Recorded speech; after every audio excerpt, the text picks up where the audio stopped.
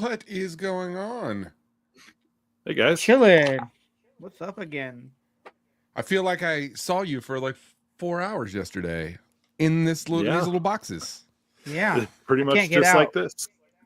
I feel like it was warmer yesterday. I feel like I'm a little colder today. So I'm a little warmer. That's a little pretty much in the same spot. Have you moved? Have you moved in I did move. Yeah. I went out of the house today. It was good. Oh, look at you. You entered the world. I did. Russ, did you leave the house today? I did not. I did not leave the house. I opened the front door though, so I got some fresh air for a second. Got some fresh air, Made some brownies today. Downtown Ooh, nice. Flavortown. Not really, but yeah, Russ made brownies with cookies inside. He's like, yeah, I took these the TikTok Keebler hacking cookies. No, I took some brownie mix and put a layer down, and then I put 9 Keebler M&M cookies in the middle, and then put more brownie on top. That sounds delicious. Yeah, and then I went to cut it, and then the cookies disappeared. Oh, they'd like disintegrate into it, right? So I think that's going to be awesome. Oh, it's fucking amazing. All right. Yeah. Well, now we're going to all burn down our kitchens because we're making cookies with. It's okay. And this episode is sponsored by C4. Oh, okay. One of the matches last night was too. Yeah. I said WWE C4. No, but that's not the one they're promoting, so I didn't promote that one. They're doing the frozen bombsicle, which I had last night when we were doing the podcast too. Oh, all right. Look at you. I did go looking for the berry freeze. Ooh, yeah. Today. Oh, the prime. Is it gonna get out of Amazon? It? No, maybe we'll see. Yeah, that was the prime. So. All right, we're going to recap Raw and Smackdown. We'll kind of run through those a little bit. But I do want to point out there was 2 rings last night in Survivor Series War Games. Yeah. Mm-hmm. But like 97 ads on the yes. thing. They went with Prime and they're like, Prime's working. People aren't noticing. Russ didn't even notice if they had the logo the other day. No. And then now let's have 47 fucking logos on the Sonic. They listened to the podcast. What was the name of the shirts? The True Otis Colors. True Color? True something. True Freedom? True Color. Standard? Right? True Standard? It wasn't True Colors, was it? Was it? I believe your true colors. Well, now I gotta look it up because those shirts were a hit. You already ordered them. I guess you probably just wait till yours get in, Jim. You were like, I'm not wearing pants like Otis. I was like, did you really? No, I didn't. No, I don't think he did. I don't think he ordered any. But you could get a 3-pack for like $60 on Amazon last night. Well, whatever. I just thought that they kind of overdid it with the ring ads on the canvas. I don't know. It just seemed a little excessive. I don't know. If we get a bunch of sponsors, we could put them all over the place too. Yeah. I guess. True classics. True classic. Okay. That makes sense. All right. We're all off. You weren't Russ. We were all off. I said. True religion is already a company, right? Like those are those like bedazzled jeans, yeah, I think so. What? Probably. Or that's a store, maybe. I don't know. I need a pair of those. I think it's a store, but they're like bedazzled jeans. But I believe Russell Westbrook was like the spokesman for him for a while. That makes sense. Player, Jim. That makes sense. So, who just got fined? He always gets fined. Whatever, he'll be all right. He's on the Denver Nuggets now, so I'm hoping he gets a championship. Let's talk about Raw. Raw was not a pre-tape. No, it was not. Remind me what. Oh, hey! Did I just get lost? Sorry, I just drop out. No, it was me. I think. Okay. But remind me what happened on Raw. So match card. So it started out. Was it Gunther promo? Was that? Did we start with Gunther? Oh, I think so. And then Priest comes out. It sounds right. Mm-hmm. And then the first match was Rey Mysterio and Dragon Lee versus American Made. Mhm. Is that right? Was that Monday? Yes. Really? Wow. Seems like That's forever crazy. ago. Yeah, it does. Like a lot ago. Yeah. Cool. Yeah, that was a match. That's all I got. That was a match. Okay. Yeah, I don't even remember it. That's how sad I am. It Well, had this week nothing there to was do with just so Survivor much. Series. Yeah, if it didn't impact Survivor Series, I didn't really pay attention. I guess is Yeah. my fault. Mhm. Well, didn't Bianca and Naomi face off?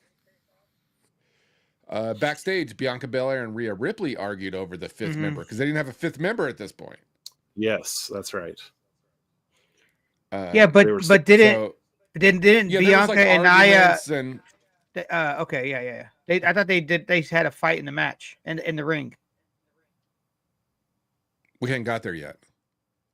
Oh, That I was was at just the end of saying. the show. That was the end of the show. Oh, was that the end? Okay, We're going okay. in order, Russ. No, I am just asking because I don't remember anything about Oh, it, yeah, and, yeah. and it seems like we were struggling to figure out what the hell was going on. So I was just throwing that out there. No. Okay. But we did get a good match. Mm-hmm. Braun Breaker and Ludwig Kaiser. I thought that was a good match. It was. I'm pro Kaiser. I'm like feeling Kaiser Mm-hmm. is coming up. Do you think that this will be a rivalry? Like it feels like this is gonna lead up to something. I think Kaiser's gonna continue. I think he's going to get a push, but I think there's going to be some other stuff with Kaiser as a result of Survivor Series. So we can talk about that when we get there. Yeah. And then what was it? Gunther tells Kaiser to step out of his shadows for a while and do his own thing. Yeah. Yep. Mm-hmm. I'm ready. I'm ready for that. Who do you think he'll go against? Who's the storyline would go with him? Well, I think we have to get to Survivor Series. We have to get to that to Okay, be able to all talk right. about it, right? I mean, yes and no. Go ahead.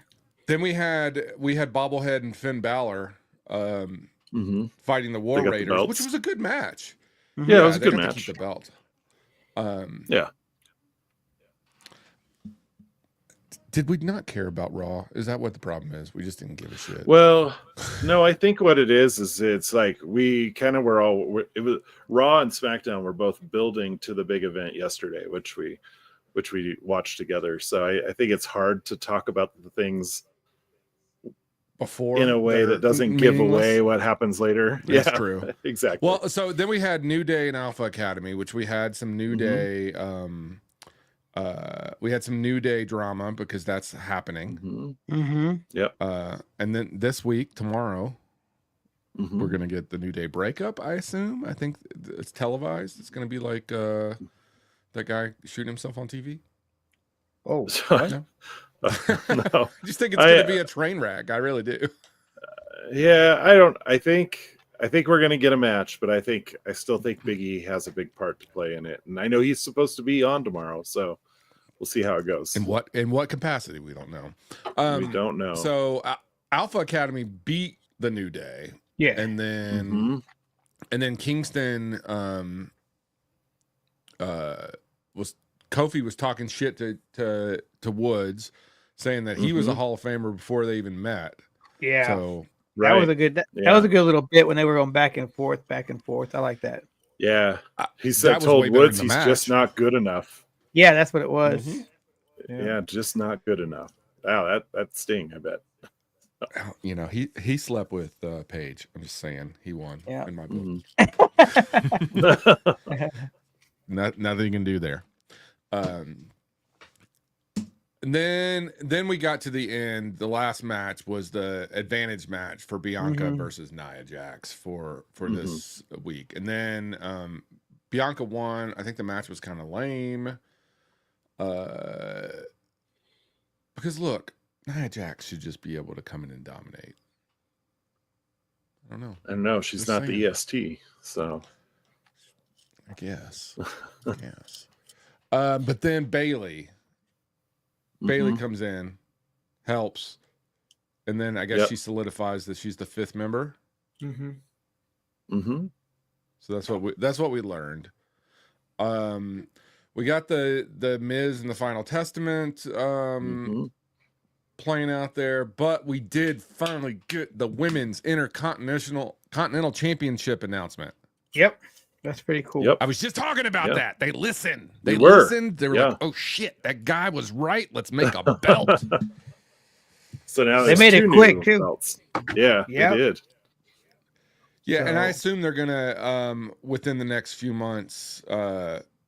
Actually, probably my guess is they'll figure out how to do a second women's tag team as well, because there's only Okay. one women's tag team belt. I think they're planning to have equivalencies on both sides, which I don't understand why they don't, because their roster's big enough. Mhm. It's not like Yeah. we're in the 90s and only have 4 women wrestlers or something. So Right. And they've got a ton they can bring up too. Yep. A oh lot. yeah. So I say equality on the belts. I bet they come out with a Netflix belt or something that I don't know. I don't like Mm. TV belts.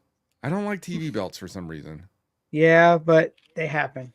But They next do. Netflix, I just don't think would do good. That just looks silly to me. Because they would have that big ass Right. either the N or the big Netflix, arch. I think it would have the I whole figured it word out. mark across Yeah. it. I think it's going to be the "Are you still watching? Yes or no" belt. You know how that little fucking shit pops up when you're watching. Yeah. I was thinking the boom would come Yeah. every time Oh, they yeah. enter the ring. Yeah, the Sonic branding. Yeah, that'd be great. Yeah, I just has WWE done TV belts before besides Nothing that I don't wasn't know if brought they over. have they? Nothing that I wasn't can't brought think over of from WCW. Yeah. Mhm. Now, Wait, did they just have a TV title? They never had. They never had a TV title. not that I right? remember. Okay. No, Not I that can't I think of one. remember. Yeah. But let's think of some belts that are currently not being used that we'd like to see. Like, do we want to see the 24/7 belt back again? I don't Nah. see. I like I'm that. not- Seems like Only if R-Truth can have it. just give it to Okay. R-Truth. And He was the then- longest Sure. running champion. He was the longest running Yeah. champion. Yeah, it's an It's ugly not- belt though.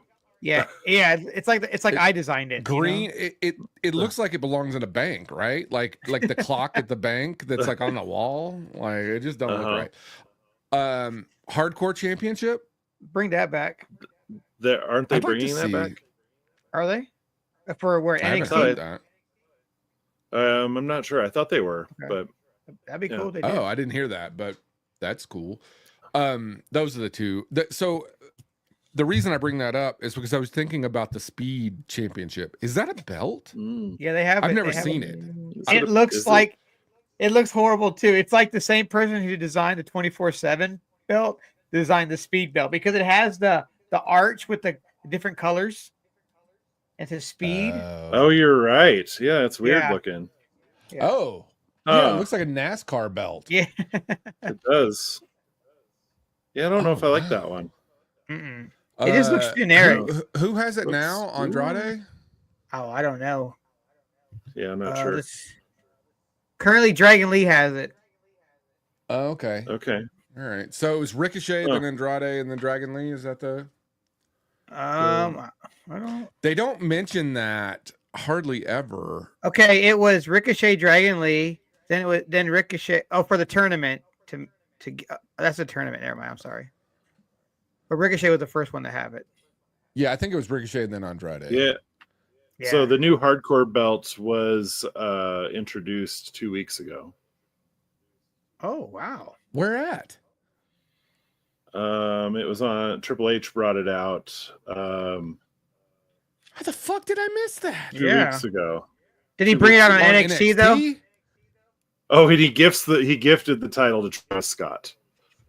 So I don't know if it's actually in Oh, to circulation. Travis Scott. Oh, yeah, no. yeah. Yes, yeah. It was a replica. It was the Yeah, replica. Yeah. Yes. Okay. I was did like, see wait that. a second. I did say that. So he's not actually. Is he gonna have to defend it? I say he should. Yeah. Against Him Kanye. versus R-Truth. Ooh. Oh, that would be a good. January 6th, Netflix, Travis WC, Scott or versus WWE Raw, Ugh. WWE Raw Insurrection, January 6th. R-Truth, Travis Scott. Yes. Yes. Yeah. Book it. They're gonna listen. So Hunter, if you don't book it, you got to book it. Oh, Willow just knocked everything over, but we're all good. We can't tell because you have a virtual background. Yeah. All right. So, okay. So it was fine. Has anybody watched? Yeah, it's fine. Has anybody watched these speed championships though? No, because they come Because on you at go noon. on I mean, They it's come on at X. noon. Yeah, it comes on at noon on Wednesdays. Can you watch it after? I've never been. I'm sure somebody has them on YouTube, but no, I think they're just a lot one and done. They're not on the network or anything. Yeah, I don't know. It just seems weird. But it also seems weird they gave that to Ricochet. Like, just get out of here. Get out of here. All right. Anyway, SmackDown. SmackDown was pre-recorded. Correct. It was. It was, and it was pretty good. But yeah, I will say I did not hear anything that happened at SmackDown. I really did. You didn't hear? Did you? Oh, like you no, mean I mean like in the uh, week. I didn't hear any spoilers. Oh, okay. Oh, that's no. because you didn't talk to Russ. Russ gave me some Oh. spoilers. Well, you left us, and you left, and I gave Jim all the spoilers, and he was probably like, "Fuck, I didn't really want to. Okay. I didn't really want to know." Oh yeah, It's that's what I totally said. I'll fine. talk to you guys. I talk to you guys later or whatever. I was like, I'm Yeah. muting you. I'll talk to you later. And then I didn't go Yeah. back and read all those messages. So okay, I didn't get any spoilers. Did they already have the CM Punk Roman Reigns video produced last Friday? or during the week, sometimes. Yeah. Well, that's I what I don't was know. wondering. What did they show in the audience? Because I didn't get a probably just spoiler filmed the from video. that. That seems like that would be a huge spoiler, right? Oh yeah, I see what you're saying. Like I'm saying that they probably just like recorded and then just stopped. Mhm. And then because it was a pre-record, all right, we got 7 minutes of time. We just pop that in. The people in the audience Yeah. aren't like, hey, Yeah. this isn't going to be a 2-hour SmackDown. They were 7 minutes short. Well, maybe they Yeah, put I'm a just maybe they wondering. put maybe they put a match in there just to hold it over, like a dark match. in the Probably, middle. yeah, a dark You match know? or something. Natalia fucking Mhm. came out and wrestled. That's actually interesting. So Mhm. that brings me back to my point, who I've been bitching about. Like, I don't like the pre-recorded Raws and SmackDown. I can't get invested. I didn't talk to Russ, so I didn't get anything spoiled. But if they can do these cinematic pre-records or things like that, which they've kind of started toying around with, I will say Roman seems to be the beneficiary of all these things. But they're so good, like Mhm. they're well produced, they're well shot, and they don't have the crazy zoom for no reason. It's not traditional WWE camera work. But if they can do that and then insert them with the matches, I mean, yeah, maybe we get the spoiler of the matches, but if we're not getting the storyline input, I think I'm okay with it. Again, I'd rather them not pre-record anything, but I'm trying to justify the choices that they're making in the world. And because that didn't get leaked, because like I can't watch the fucking intro to fucking Iron Man 3 without like it already being on the internet before it gets out of Hall H or whatever. So like the fact that I did not know anything about the Punk the sit down with Paul Heyman, I think was awesome. So That was good. I And didn't it know was about that it was either. well produced. it's very well produced. I know that was not at the beginning of the fucking show, but I just wanted to point out like I didn't get any spoilers other than I knew it was pre-recorded. So the matches that were advertised were Cody Rhodes versus Carmelo Hayes. The Uso first match versus was Fatu, which was the closer. well, I'm but just the going first what show. was pre-announced. Oh, okay. I'm just saying what was announced beforehand. Piper Niven, Lash Legend, Michin, and then the Roman Reigns CM Punk sit down was announced, but they didn't say it was going to be cinematic. There was just a lot to it. So I was very good on that. But first match was Andrade versus Shinsuke, right? Yeah, it was a good match. And I think when I watch it, I believe I also made this better not fucking end in a best of 7. Like I'm done with the best of 7, and I think it's over. I think I just got worried. You don't think Andrade they don't know how to. You don't think he's coming? No, it can't at this point because they have a three strikes rule. You can't challenge for a belt more than 3 times, or you can't. You can only challenge for a belt 3 times. Is what is the rule 99% of the time in WWE. So if you lose the first one, like, right? There's only like a 3-match rule. I'm not sure. And it's for a belt, I don't know. So you can only challenge for a belt twice. If you lose twice, you're out, I guess, is what I mean. I don't know that. That's what I've heard. I don't know. I heard that somewhere. I think JR said it in fucking 97 and it's stuck in my head. It's just there. I don't know. It's just there. But they don't know how to use Andrade. Let's just say they do not know how to use Andrade. That's true. Since he's come back from I don't know that his AEW run was any good. I think it was okay. Was it? Okay. I think it was okay. I mean, how do you pay attention to anything in AEW unless they're force feeding it down your face? Like if Tony's not force feeding you like something like baby food, you don't care about him. Like for some reason, I got invested in Hook for like 2 weeks when I was like watching AEW religiously, and I'm like, yeah, why do I care about this fucking emo kid? Because that's all they would show you, right? Like I just felt like MJF was gone, and they were just fucking shoving Hook down my throat. Where's Hook this week? No one knows. No one knows. He's on a cruise. I have no idea. I'm just making shit up. You might be right because he could be on the Jericho Rock and Wrestling Jericho cruise. Yeah, I thought that was in February though, isn't it? Or is it this? Oh, it might be. I don't know. I always thought they were in February, but I have no idea. So Andrade, they don't know how to use him. Dude's got skills. He does. Was he the one? Was he the one to retire Ric Flair? No, that was Ricochet. He was his tag team partner. No, not Ricochet. It was partner.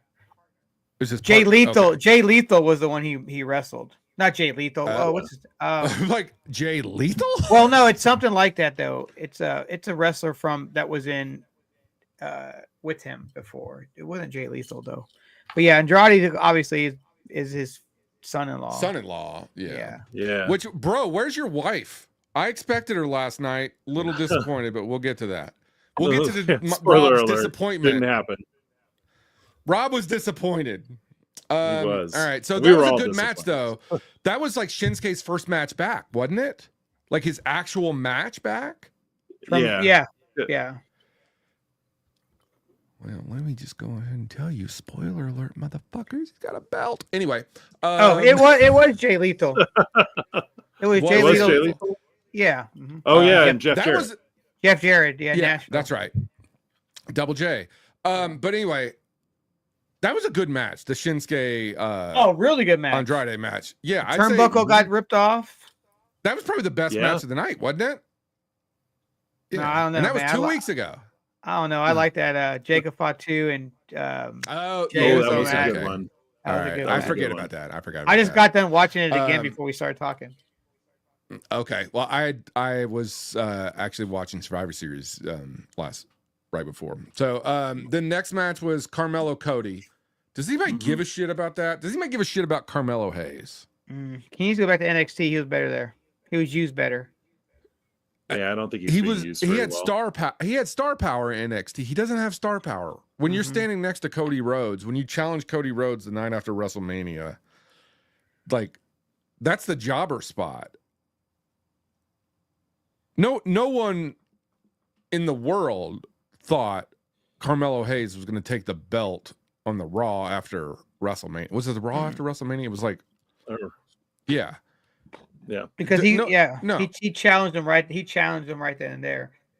Now, if The Rock challenged him right then and there, you're like, oh shit, Cody's gonna fucking lose his belt in 24 fucking hours. I mean, there's like Roman could have challenged him again. Like there's something that would have been like in the Attitude Era, they did that shit where like they would give you like an amazing pay-per-view, and then the next night they would blow it out of the water with like a 6-man tag team with the Undertaker taking everyone out from a casket from wherever, and you're like, what? Now, like, I think we're spoiled. And I was thinking about this in comparison to AEW, because I'm still like, I think it's awesome that AEW is going to Max, but then that pay-per-view thing pisses me off. But think about the Attitude Era and think about WCW. Like Monday Night Wars. Think about like those times. Pay-per-views, cool things would happen, but you weren't reliant as a wrestling fan to watch pay-per-views, with the exception of WrestleMania. Like as a casual fan. Does that make sense? Like, you're obviously going to get the package telling you what happened this weekend when you like on Raw, but I don't think that everything built up just to pay-per-views. I don't think they now they expect everybody has seen all of those, but they're things, also, I don't think that was like the case. Peacock, but now like with the Peacock connection, like it makes a lot more sense. You're paying, I don't even know what Peacock is, $15 a month, $10 a month. Yeah, it's cheap. You get that. You're not having to pay for the pay-per-views, and I get it. Like, my mom and dad are paying the WWE salary for their pay-per-view money, even though they're not going to watch it like I am, but they still pay the same amount as I. So like, it makes sense. You spread out you spread it out, but now we're dependent upon these things where, Russ, we got WrestleMania. Did we ever get really any other pay-per-views back in the day? I mean, we would get like Survivor Series. We would get, but I mean, we didn't get just like the. But see, back then there was only like WWE in your house. We would not have got that. No, but there was only like 4, maybe 5 pay-per-views back then. Now we get one every month almost. You know what I'm saying? So can you imagine if they didn't have a network and there was a pay-per-view every month and they were charging? Well, back then they were charging $49.99. Like I guarantee you now they would probably $60. Now they would probably charge you $80-$90 for a pay-per-view. That's just how greedy they'd be. But I remember me, you, and Scooter paying $20 each, Russ, at your house once. $20. We all three of us put in $20 to get a pay-per-view, and I think it was WrestleMania or may have been a WCW one, Bash at the Beach, maybe. Oh yeah, we've heard about those too. But see, then I used to have people come over to the house and chip in money. We get the pay-per-view, get some pizza, drink some fucking 2 liters of soda, because we were 19-inch TV, fucking awesome, with the bootleg surround sound. And you only had AC in your. Did you have the AC was right outside your door, or was it? No, it was in your door? It was no, it was on the wall by my bedroom door. But it was just like a wall unit, That's what that central air. No, it was just an AC unit, because you had like central heat. I stayed with Russ for a couple of days. I'm moving out of my parents' house, and I stayed with Russ on his futon. It was awesome. Nice. My back still hurts. That's why you have a bad back, Rob. 1996. I know. This is 1997, 98, something like that. My back still hurts. Well, you're welcome. Yeah, thank you. And then, but here's the funny part. After I stayed on that, then like when my parents like get a new couch, anytime they would get a new couch, I'd be like, Russ is getting your old couch. I never got it though. Dude, I gave you like 4 couches. No, I only got a pink chair, which that was a comfortable ass pink chair. It was a rocker. A blue couch too. Whatever. It doesn't matter. This isn't the couch talk. Yeah. Anyway, so the next podcast or the next match was Machine, Lash Legend, and Piper Nevins. Which Lash Legend, she's impressive. She's good. I liked her. Yeah. I may have just forgot about her, but I don't know her. Is she from NXT and just got called up? NXT. Or? Okay. She's done a couple WWE events at this point, so that's good.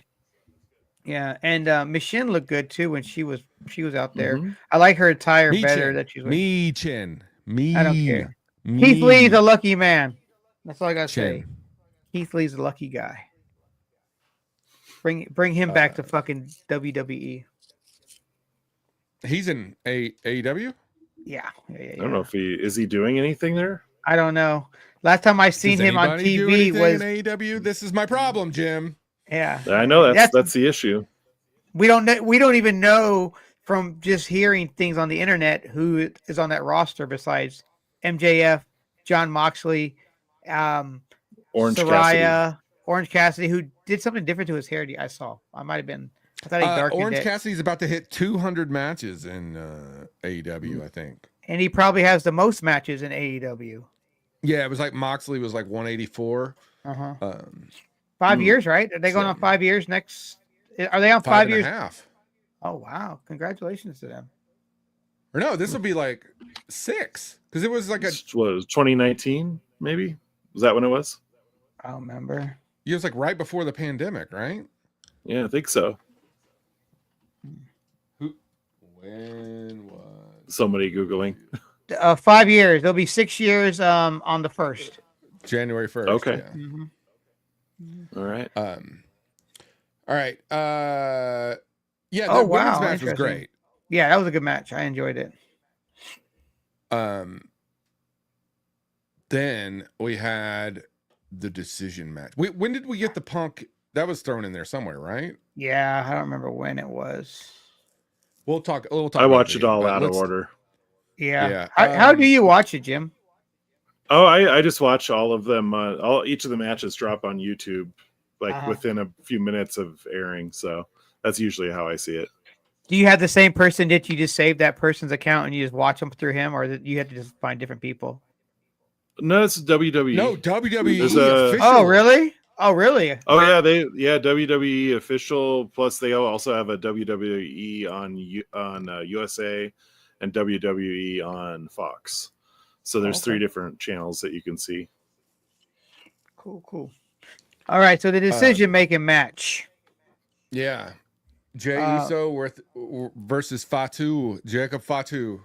And Jay came out the entrance. He didn't come down the stairway. I know, but hold on. Let's take a second to acknowledge our Fatu. Oh, sorry. Acknowledge him. Okay. I love you, Fatu. All right. We love you, Fatu. We love you, Fatu. Too much. So both groups were banned. So the good guys and the bad guys, the Usos are they were banned from ringside. The Tongans. Dude, how many singles matches have we seen in WWE with Fatu? Jacob, this was his first one. Yeah. Okay, that's what I thought. That was his. Yep. Get him out of the fucking bloodline. Let him and Jay go on and do their own thing. Mm-hmm. Like, dude, for such a big dude, and even before he lost that weight when he came to WWE, because he dropped that. I forgot what they said, how many pounds he dropped, 60 or 70 pounds. But oh, really? He's chiseled. He's not chiseled, but he's way in better shape than he was.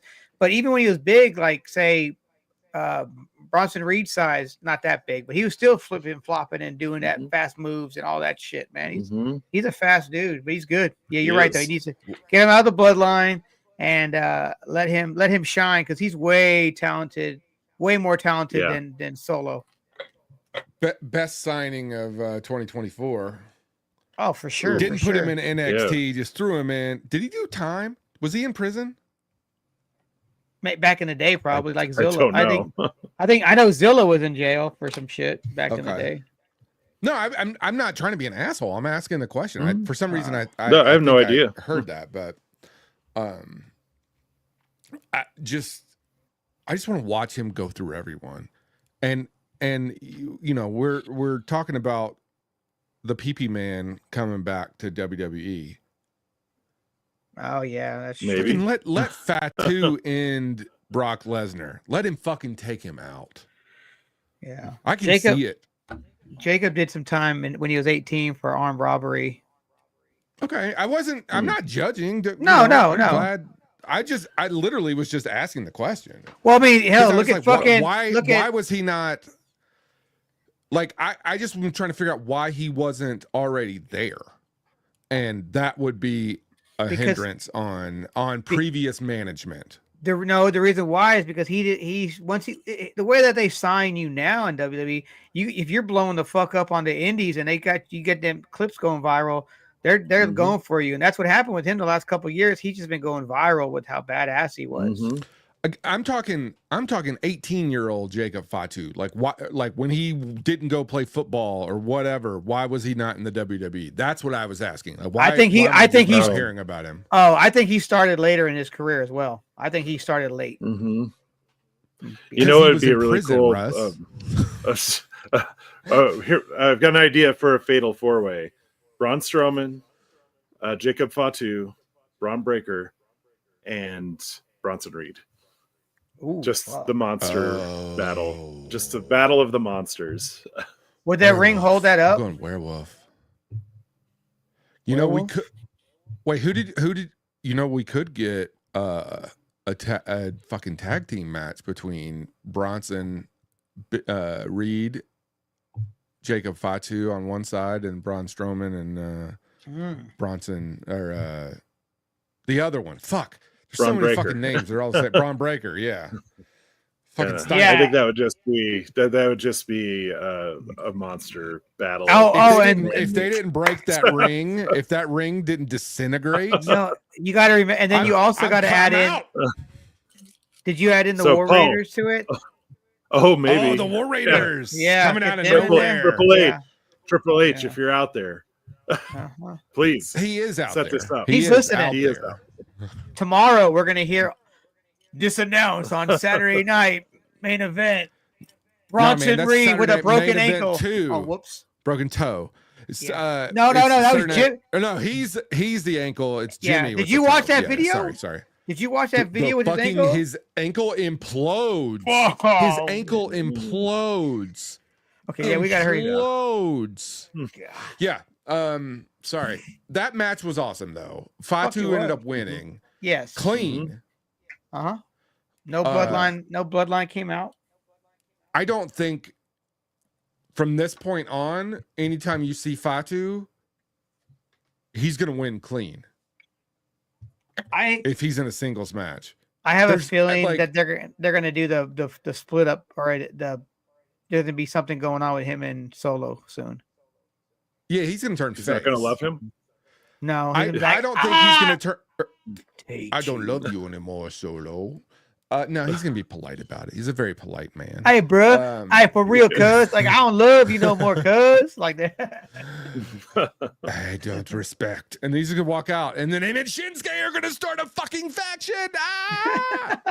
Sorry, that would be badass. I don't know why that would be badass. I just feel like the werewolf and Shinsuke, like I feel like the werewolf doesn't need to talk, so he's gonna need a mouthpiece. But he needs someone dark that's going to do some fucked up talking. And there's no one. What if they had like a Mr. Fuji, like a Mr. Fuji kind of character for Jacob? Okay. I could see that. You know? Like, or a Paul Bearer that wasn't as comedic. I don't know. I feel like we need, but Shinsuke came to mind, but they would have to be just like the ultimate fucking tag team. But talking about, I'm pro Shinsuke. Shinsuke is dope, man. Give me a t-shirt.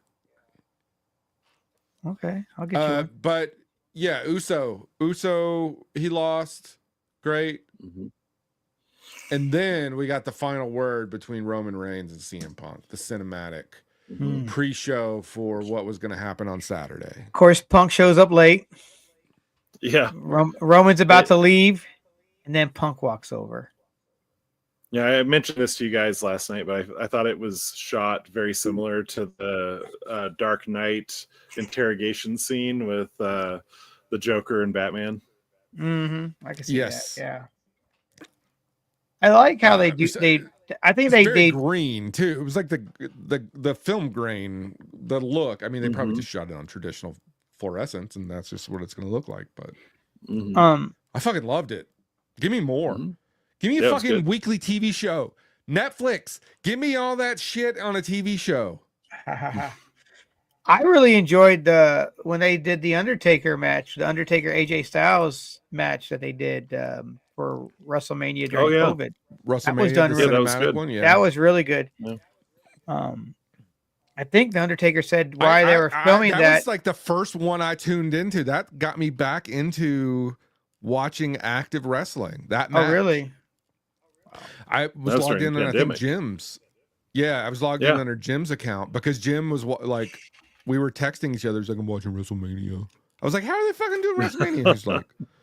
He's like, here, log into my account. I was like, oh, Rush used to have this. Yeah, I bet. And I then got I rid was of it. watching. Yeah, and then I was watching it, and then like Jim was watching wrestling. I could go over to his house and something would be on, or like go for this and like something wrestling, and like slowly that's how I got back into it. And then I think I texted Russ something, and Russ is like, "Motherfucker, I didn't stop watching wrestling," ha ha ha ha, ha, and like send me memes, and then that's basically how this podcast started. Well, you know that during that Undertaker match with AJ Styles, when they were filming it, Undertaker's brother died during that filming. Like he was at home, and Undertaker got a phone call because when they were filming it, they were so far out they didn't have any really communication with because of I guess service or whatever. But yeah, when he got back, he got a call that his brother had died during the filming of that. I'm like, damn, that sucks. But the Undertaker being the Undertaker did his thing, you know. But that was cool. That was cool though. Like I said, I really enjoyed that, and I don't really recall much cinematic type things they've done besides going to somebody's house and breaking the window in. And they look so horrible. Fucking Brian Pillman blowing out a gun. Yeah. Oh yeah. Or John Cena's parents. Edge going to John Cena's house. Yeah, that was good. Yeah, see, that's what I'm saying. Like the style, the way it was shot was completely different. It's not traditional, you know, run and gun cops. Like, so basically they have like extreme action sports and cops, and they put those two things together, and that became the WWE style for so many years. And then now it's like, okay, you know what? We've got fucking long-term storytelling. Like we have entered the era of the cinematic masterpiece, but it's also interesting. I'm going to bring that speed title up again because like Jim and I have worked in fucking higher ed for long enough that we've watched the kids' attention span, those 40-year-old kids at this point, like 30-year-old children. Kids. Yeah. But like attention spans have like really shifted. And so the speed match, being that it's a 3-minute, you know, match, is really interesting because that's what a lot of people, you know, get this content. But we're still making just like TV has become long form episodic. TV has become movies, like with Netflix and Apple TV and all these studios, and fucking WWE is just going hard, and I fucking love it on both ends of the spectrum. They're like adopting social media platforms for fucking matches, but then they're also blowing it out and making something last multiple years. And fuck yeah, let's do this. I really stop ranting. No, I mean, you know, think about it. Back a couple years ago, they were getting onto the talent for being on social media, and whatever you did on your social media you'd be accountable for it because they didn't like it. Now they don't give a fuck what you put on there. You got these wrestlers like, hey, fuck you, bitch, I'm gonna kick your ass next time I see you backstage or whatever. And it's like, okay, and then they get back to taping. They're like, not like that, but you know, it's okay now. It's okay to do it. So it plays company versus company. Like there's people in AEW and WWE getting into fucking mad, crazy fights on Twitter or Instagram or whatever, and I'm like, oh, I want to see this play out. Like, Can we get a mixed pay-per-view with both companies. You at this point, I The think it's Forbidden AEW Door. that's I think AEW is going to be the one that holds out. I don't think it's going to be Here- WWE. This is what we need. Dude. This is what we need. Once a year, all the big ones like TNA, Ring of Honor, WWE, and AEW, What? just Yeah. one fucking year that they all get together. They put their best people up, and they have one fucking like What's you know, that like an fucking movie all-star- where you can kill Yeah. everybody on one day of the year? oh Purge. The Purge. The Purge. This Yeah. is that's what it's the wrestling Purge. I was You know thinking what? more like like Ready Player One, where all the characters come in all at Oh, once. yeah. Kind of like that. Yeah. No, it's gonna be I'm more all like for the it, man. it's gonna be more like that Anchorman scene when they're all in the park and they all start coming out of all the different news outlets coming out. Tony Khan's going to be the one who says no to that. I guarantee it. Well, If that you know, were there's ever been a on lot the table, Yeah. I mean, there's been a lot of interviews like on Chris Van Vliet's show, like where Billy Gunn was talking about how if the company that was paying him would have let him, he would have gone and done the Generation X reunion, but he couldn't. So then there's the stuff going on with like Ricky Starks and some of those other people that it does seem like there is some sort of forbidden thing where you're not supposed to go to a competitor's show or anything like that. They may not say it because AEW lets people fucking go anywhere. It's one competitor. And it's the one. I mean, you know what? I know people who are hardcore, like anti WWE their entire lives, and now they're like, yeah, I can't get into AEW just because of their politics, and like they're watching fucking WWE now. It's one guy, but he's always been trashing WWE from the get go, and now he went to fucking WrestleMania. So, Jason. I know that they're like when I was working on that little like Dojo Pro project up in Nashville, there was a really well-known WWE superstar there that was dating one of the performers, one of the wrestlers, and I wasn't allowed to photograph them, so it was Bailey. So, but they were there the whole time. Her rule, or was that? I think it was just something that she was just not supposed to be seen or photographed officially. You know? and you know that was years ago. Well, I think we're in new territory now. Last year, when Mercedes made her debut, oh, that's right. She was there, but she was all incognito. But there's somebody got and pictures Naomi of her. too, right? That's when Naomi was with at TNA still, before she TNA. Yeah, but they still. I mean, I guess so. They're still going to be there, but like you said, they can't be photographed at something else. I mean, WWE now lets you go, right? Is that what they said? You can go elsewhere now. WWE is, from my understanding, it's WWE's like Hunter's just like, yeah, I get it. You guys like wrestling. Like I like wrestling too. Watch everything. Go everywhere. You own your name. Like this and that and this and that. It's like there's just a ton of stuff. It's kind of similar with the music world. You want to kind of go back to where you came from. You want to go back to your roots. You don't want to forget that those people and those wrestlers that are in WWE now that came from the indies, they're freshly from the indies, and they want to go back to the indies, give those people what they want, and like we didn't forget about you guys. We're still here because I mean the indies are what made those people, and I'm glad that WWE is letting them go back. Except for, sorry. That was my take. Sorry. Hot takes and certified bops. So did we get through? Did we get through SmackDown? We're done with SmackDown. Okay. So then we can go to the premium live event, the Survivor Series. Survivor Series. War Games. So just off the bat, like I didn't watch any of the pre-show. I came in like 5 minutes before, You're good. And women's match is how it started off. Fucking match of the night. It was great. Oh yeah, for sure. I agree. The women fucking killed it. Yeah, and then they had so many weapons.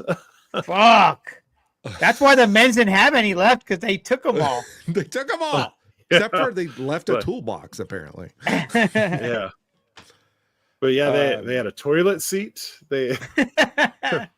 Which I think is a first. Was that the first? That's the very first time a toilet seat has been used in a WWE televised match. And now I don't recall being one before. So now they're gonna have the full fucking toilet, man. What do you think the purpose of a toilet seat under the ring is? Is that for like if one of the like crew just really have to go and they just kind of roll and there's a bucket down there?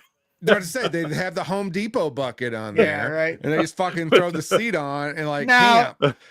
It's like it's gonna have to be a half bucket. They're gonna have modified it to be able to sit, and it's only gonna be number ones for ladies. It's not a number two. It's not a number two. The guys. cable wrangler is sitting there going, "Damn, I gotta hold it the whole show now." Hornswoggle fell asleep down there. Well, because he was hungover. He was drunk. That's why. Yeah. So he fell asleep. So, maybe they're down there like for the whole match. It just depends. So, maybe that's why. So I'm going to allow the toilet seat. There's a purpose. Kendo sticks, I still can't figure out what the purpose is of why they're underneath. Well, where else would they put them? Have been painted all glowy. Well, they said back in the day they would have the wrestlers used to be under there the whole match before recently over the years when they would go black and then they would show up, they'd hide them under. But back in the day, they'd be under the match or under the ring before the people came in the building.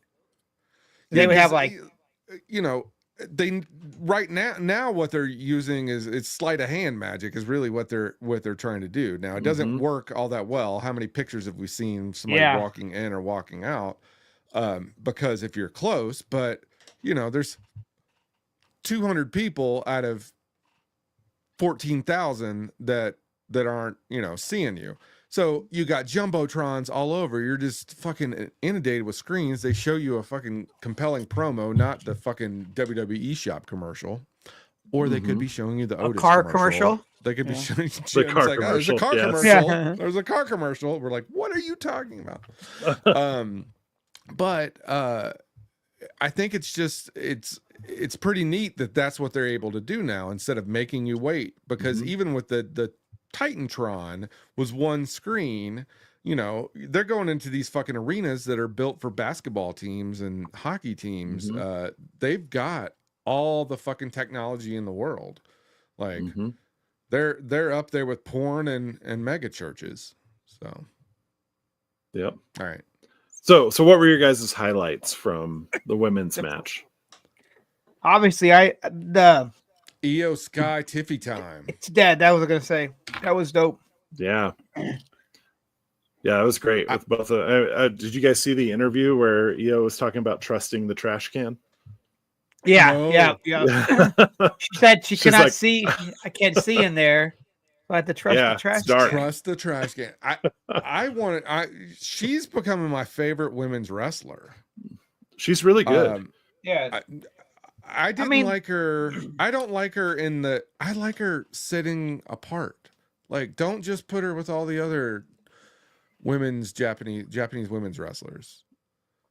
Get her out of Damage Control she is the number one contender for the women's belt that Liv Morgan has right now. So she had it before, but we'll see a single. She wasn't talking, and she didn't have like a good enough personality when she had it before. I think my personal opinion. Like I didn't care about her before, and now I'm starting to like her.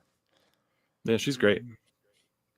She had a special can too, special garbage can that it was painted purple and yellow, and it's got a fucking string so she can climb a fucking thing. That was great. The night before they had all the girl wrestlers had a slumber party. They painted trash cans and kendo sticks and did each other's nails and hair. No, I'm kidding. I assume I'm kidding, but Io and Zoe Stark used to have they were NXT Women's Tag Champions for a while. I like Zoe Stark too. I think where's she been in the lesbian I forgot about them. Yeah. Not my name. I didn't say that. I didn't come up with that, but that's what the internet's calling them. The librarians. The librarians. Yes, the librarians. Yeah. Well, that's at least they weren't called the Submission Sisters, like Soraya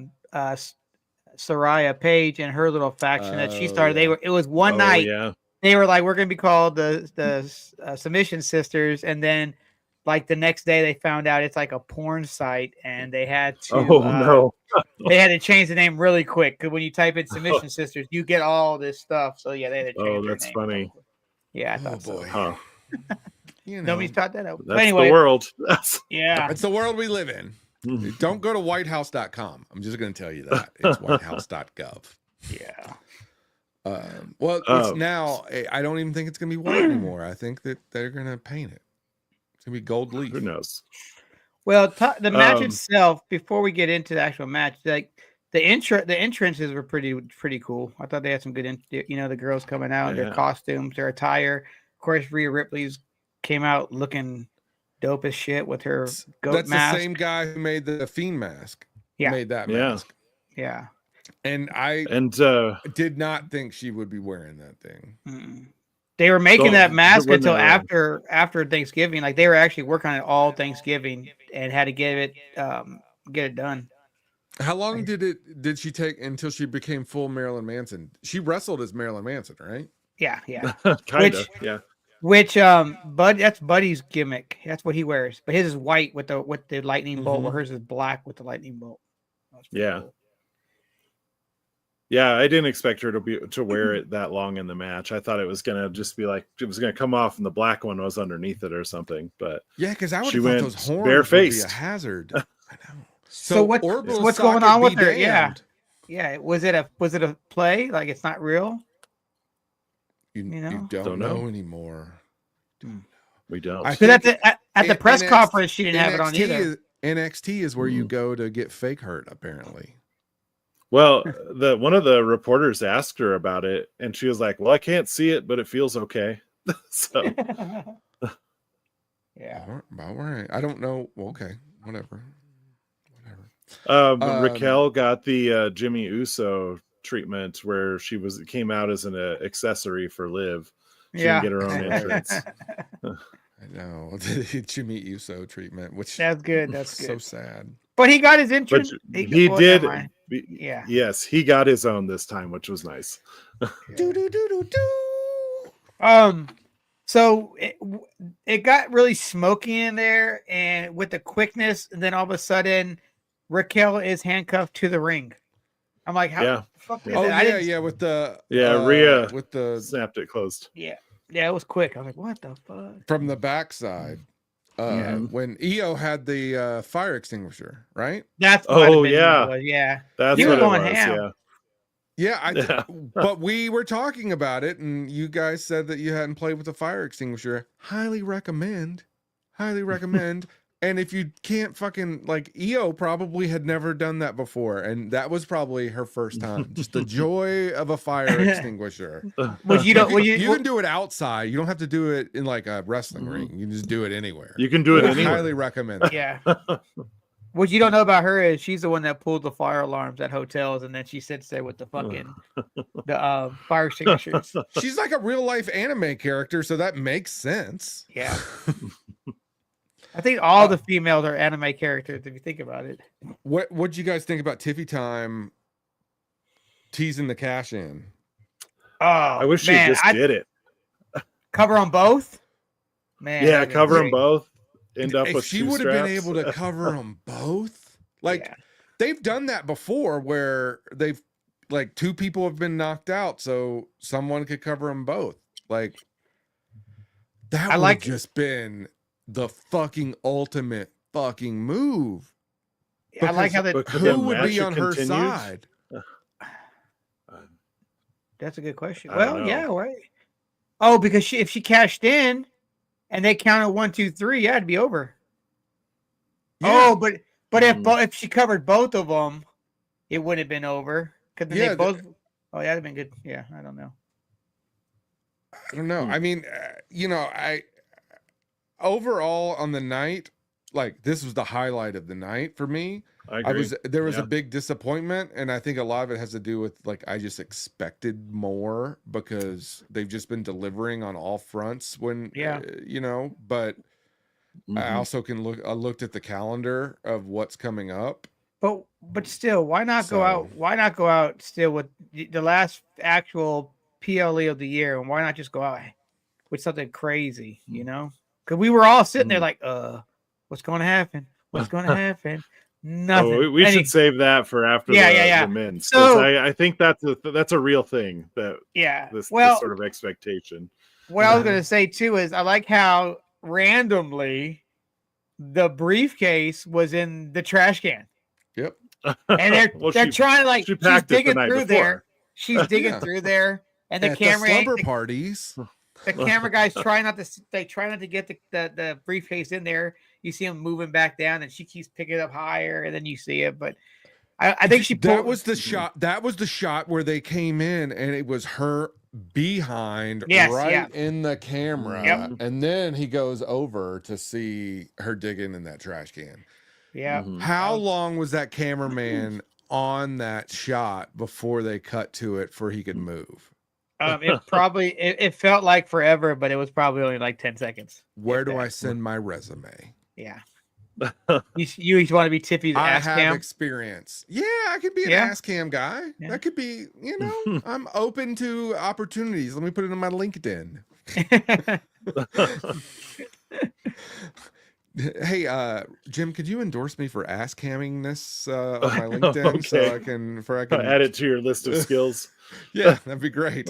But no, I really wish they would have pushed her going, getting the belts. I mean, that would have been awesome. Did you see Rhea winning the pinfall? Yeah, because that was like my backup if we didn't get Charlotte Flair or we didn't find out, you know, that Bayley or someone did that to Jade. Like we still have the unanswered Jade dilemma. So the Jade situation, as I'm going to call it. So that leaves me, you know, like, okay, if it's just going to be a clean finish, yeah, Rhea's going to get it. They're going to like overlive, but they're going to have to take out Raquel. Okay, she handcuffed her. Yeah, simple, easy. Like, yeah, I thought it was a good finish. But I had that lingering Jade thing. Sorry. Yeah, the Jade thing wasn't picked back up, and it was hinted at in the after show, but still no word on who has injured her, or maybe she's not injured. Responsible. Well, here's the thing: is then if she is quote unquote injured and she is out for a long period of time, what's going to happen with the tag belts? I think are they going to give them up? I read, but I'm going to say I read because I also read that it was a real injury, and apparently it's not. Yeah. But people backstage, the doctor. But they said that they were going to abandon or like have to give the belts up, like Rhea and Rhea did. Okay. All that, but if it's not a real injury, then why would you give it up? Yeah, I mean, I heard somebody said in one of the reads I read that said that somebody backstage said it's actually it is a legit injury. Because when it went out, it wasn't one, and somebody else said no, it is one, and then so here we go. Hot take. I got your hot take right here. Clip it. Tick, boop. So this is a kayfabe injury. She's not really injured. Yeah, but they're gonna make them give up the tag belts. They abandon the belts. There's no female tag team. They don't announce a tournament. They just kind of say, well, this is shocking, blah, blah, blah, blah, blah. We'll get back to you. Guess what? January 6th, Insurrection. You like that name. You like that name, don't you? Sets. There's now 2 sets of women's tag team belts. That's how they do it.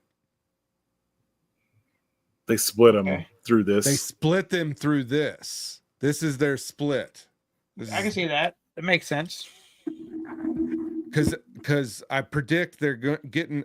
This is like Stephanie McMahon doesn't work for WWE, but you know what? She sleeps with the guy who does. So, hey, honey, make sure that the women get everything that they got coming for them. Okay. On it, babe. All right. Let's get them the U.S. belt, Intercontinental, Tag Team, again. I would say it's probably not just her. I think the women have genuinely been putting in better performances in a lot of cases. Yeah. Oh, totally. But I also think that she was like a catalyst for them years ago to get rid of the Divas name and have women's, like, she was kind of that emphasis. She was the Ruth Bader Ginsburg of women's wrestling. So go ahead.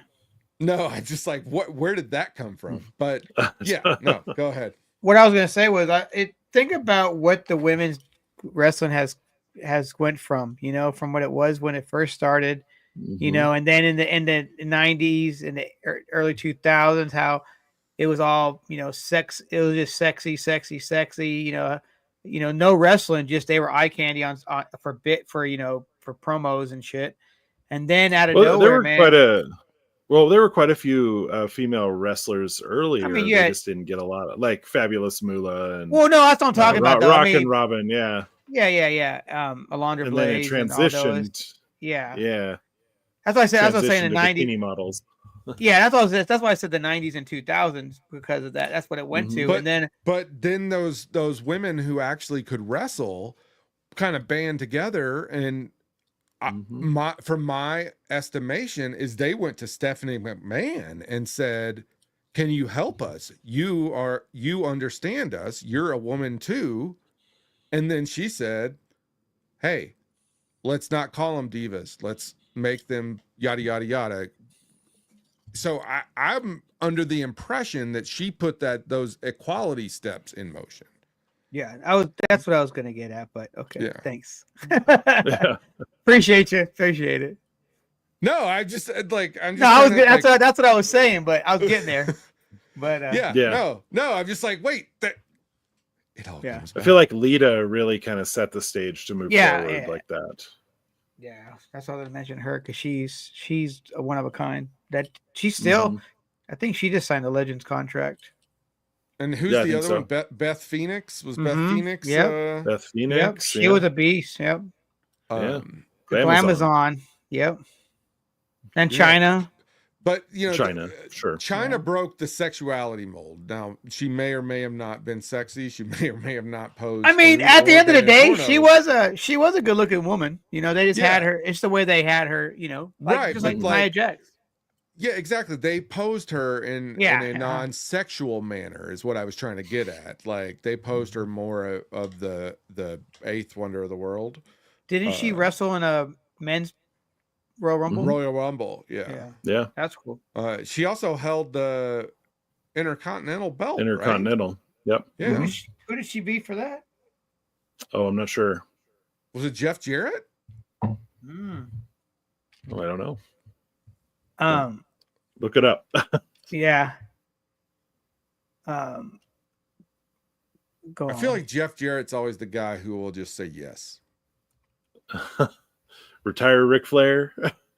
Yes. Give China the belt. I can't confirm that one. What are some other things he did? Didn't he do the fucking drop the belt to Hogan on WCW? Did he really? Oh, he did, didn't he? Yeah, it was Jared.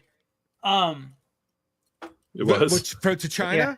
Yeah, to China. See, fucking double J, man. You need him to do something. Yeah, whatever, man. It's money. It's business. His dad taught him that. Like, I'm not putting the guy down. I just feel like he fucking may not agree with it, but he's like, this is business. I'll do it.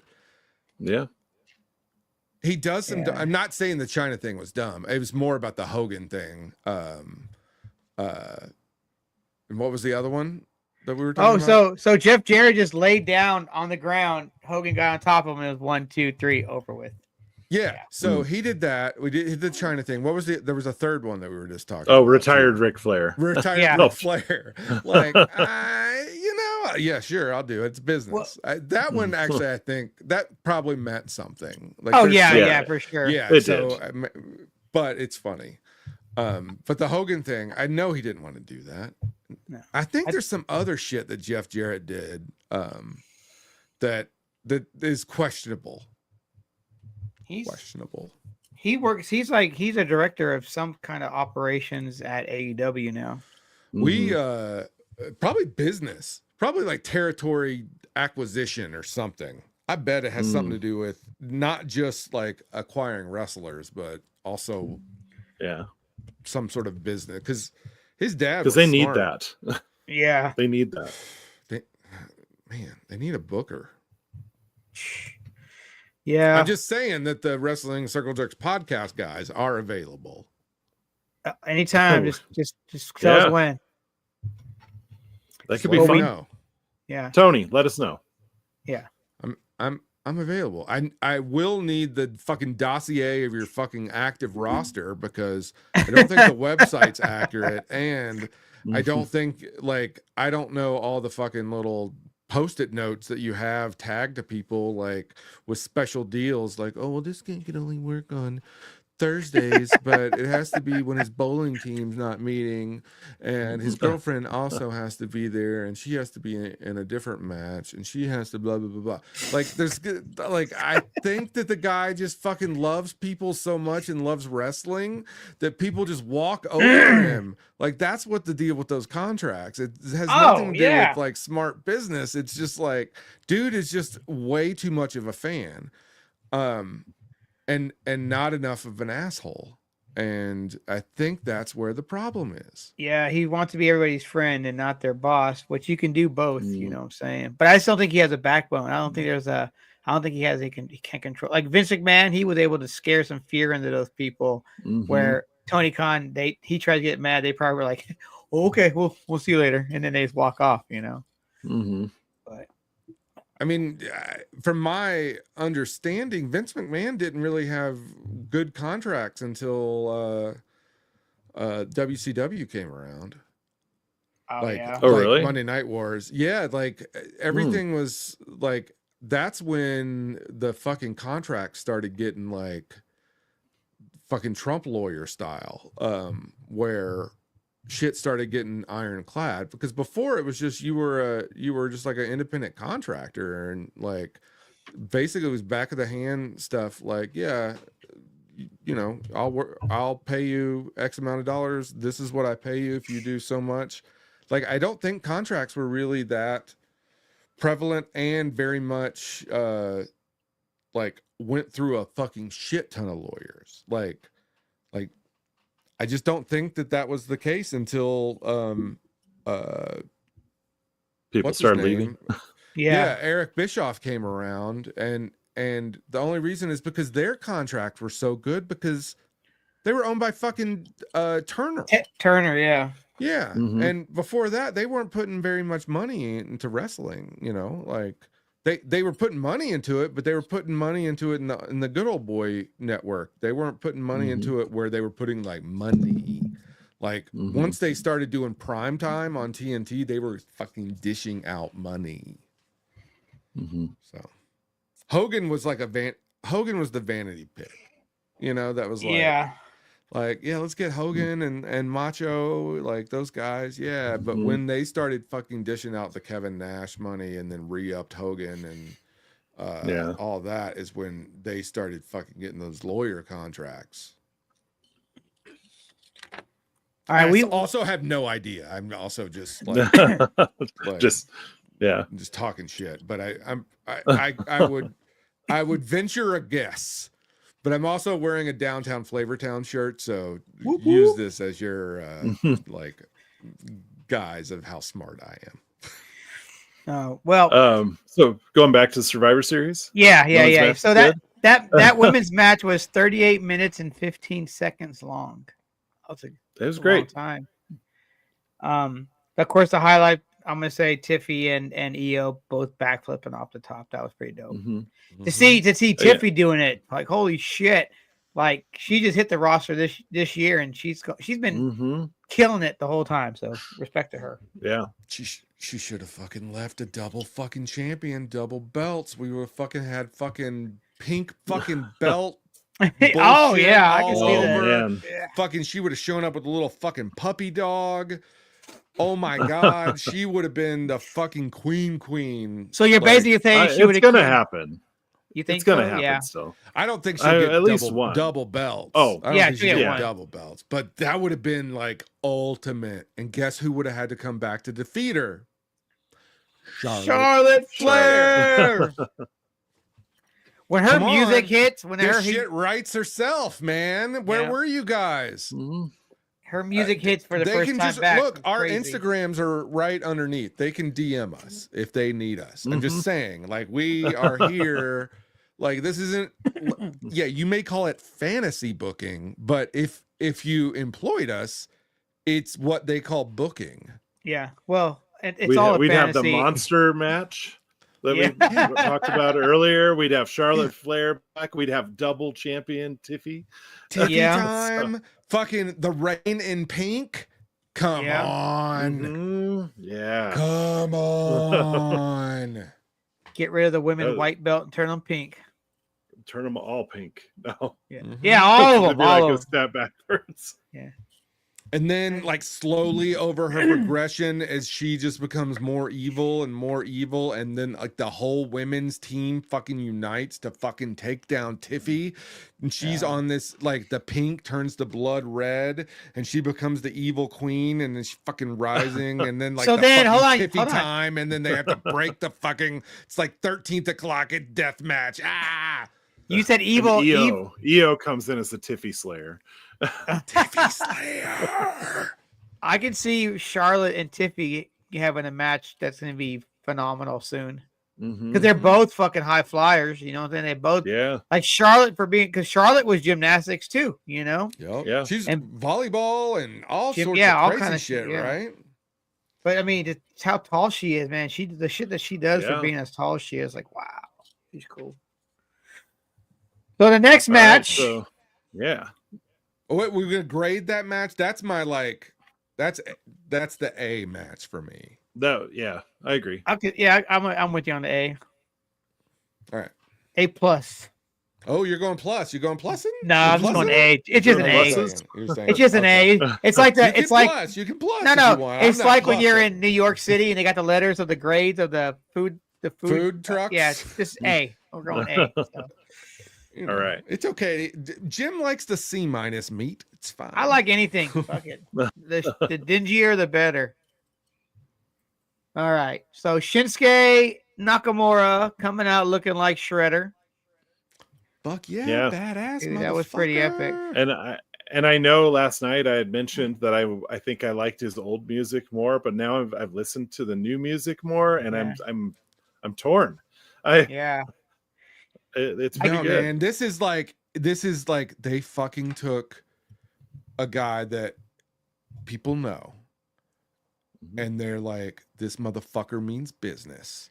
He's coming out like you recognize the music. It's hinted to it, but it's dark. It's evil. Something's not right. He's turned. He's got that He's got this chunky fucking, Yeah. black makeup. Yeah. and then the fucking orb behind him Yeah. and all this shit. You're like, oh, this motherfucker ain't fucking around. He's been Was- out twice at this point. Like he's It's- come out twice. This is his third time coming out to that fucking shit.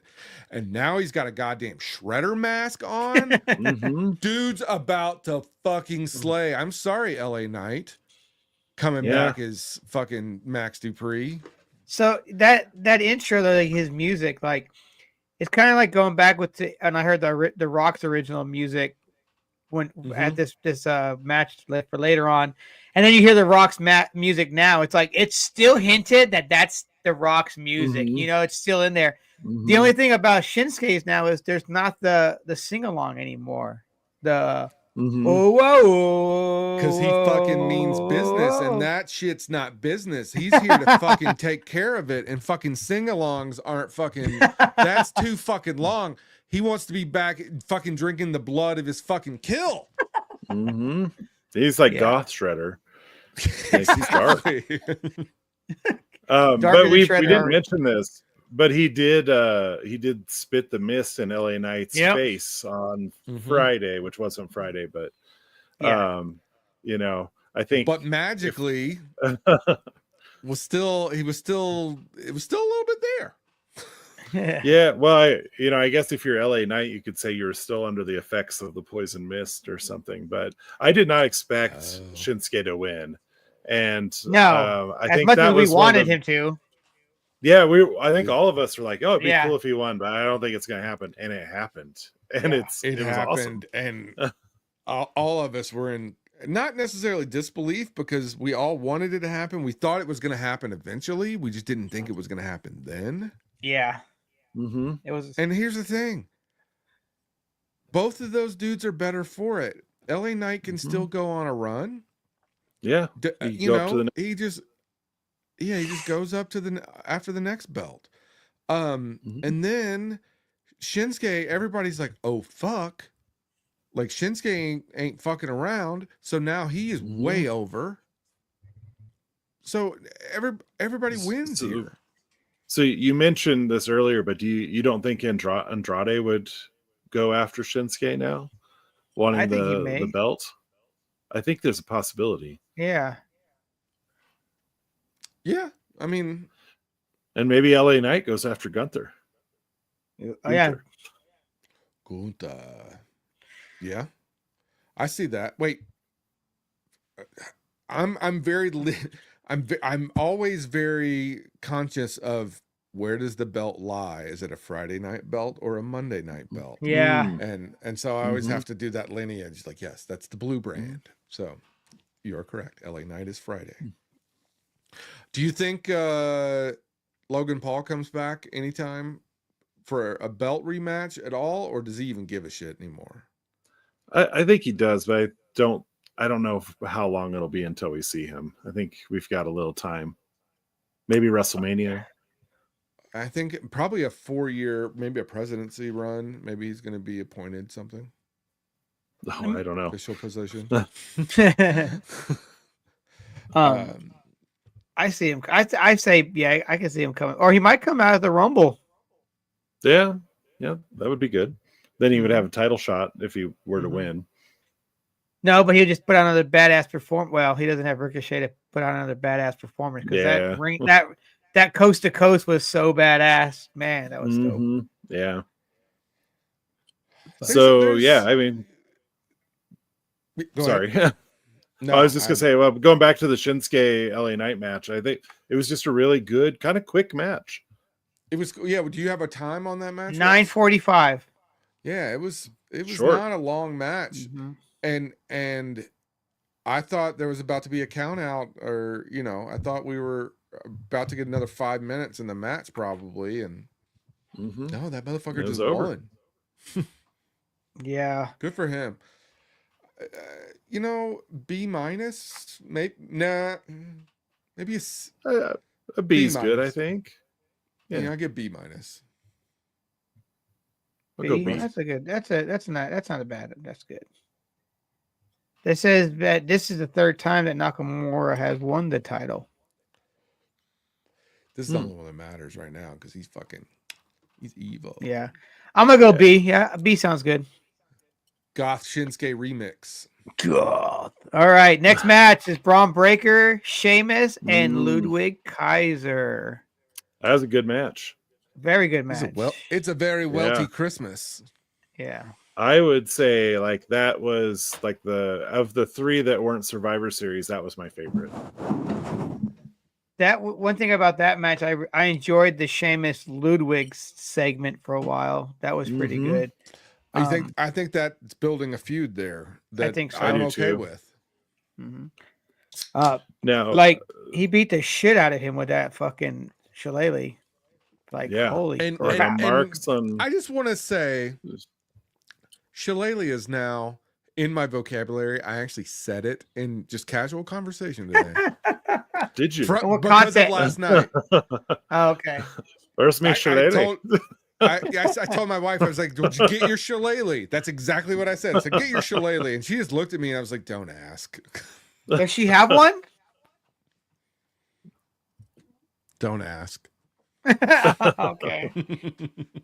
All right. So I do think there is going to be a feud with Sheamus and Kaiser. There was was that the United States belt or the Intercontinental? That was the Intercontinental, right? Yeah. Or- I see. Yeah. I see. Okay. So is that the only belt that Sheamus has never held? Is that what I have Correct. seen? Okay. That's So- the belt that has eluded him. Okay. So it would be nice to see him get that, but I feel like the feud is going to be between the other two for a little while, and maybe someone else comes after Braun Breaker. Wait, now So- this is Braun Breaker's second run at this belt, right? Mhm. Who had Yeah, with him and Sammy. Sami right? Zayn. Okay, that's right. Yeah. Right? Yeah, because Isn't that right? No, Sammy took it from Gunther. Right. And then Braun Breaker And took then- it from him. Right? And then Sammy got it back? Is that right? Mm. And, all right, so let's see here. When did Gunther win that belt? Like 900 days before he lost it. Oh. Never mind. I don't know what I was going to say now. I'm trying to see who had look it. up the belt. Just look up the belt, and then it'll tell you. It'll say current, and then you go left arrow, and it'll say previous. All right, right now it says Braun Breaker. There's no left arrow, right arrow. It just says Braun Breaker got it on October 21st of 2024. Wait, before that it was nope, never mind. That was the other belt. Damn. I'm gonna have to Google this shit, Russ. Keep talking about other things. All right, here we go. Brock Lesnar had it, and then he gave it to the Undertaker. Then the Undertaker took it and gave it to Hillbilly Jim, and then Braun Breaker won it from Hillbilly Jim. What are you talking about? He went way back. Yeah, I was taking it back, bruh. Okay. Yeah. What? Yeah, I didn't know. All right. Gosh. Braun Breaker. He ended up kind of all right. He won one challenge. Sami Zayn making pinfall. All right, he won it from Zayn. And then Jey Uso, and then Jey then he got Uso. Jey Uso. Yeah, That's who we were Oh, missing. I like how Russ, Yeah. Russ looked in. He's like, and then Jey Uso. I'm like, motherfucker, that's Oh, what no. we've been looking for. Yeah. Yeah, we were all bummed that he actually lost it Well, on TV. here's the Yeah. problem. Here's the problem. We both just said it's his second time with it. Why didn't we remember it was Jay? Come on. Well, that's what we were trying to figure out. Yeah, Did Sammy but we win? didn't- No, but Sammy no, only no. had it the one time. Yeah. Because he only had the one T-shirt with his wife. I did it for my wife or whatever. Yeah. Yeah, right. Yeah, the Sami Zayn reign of IC champion, forgettable.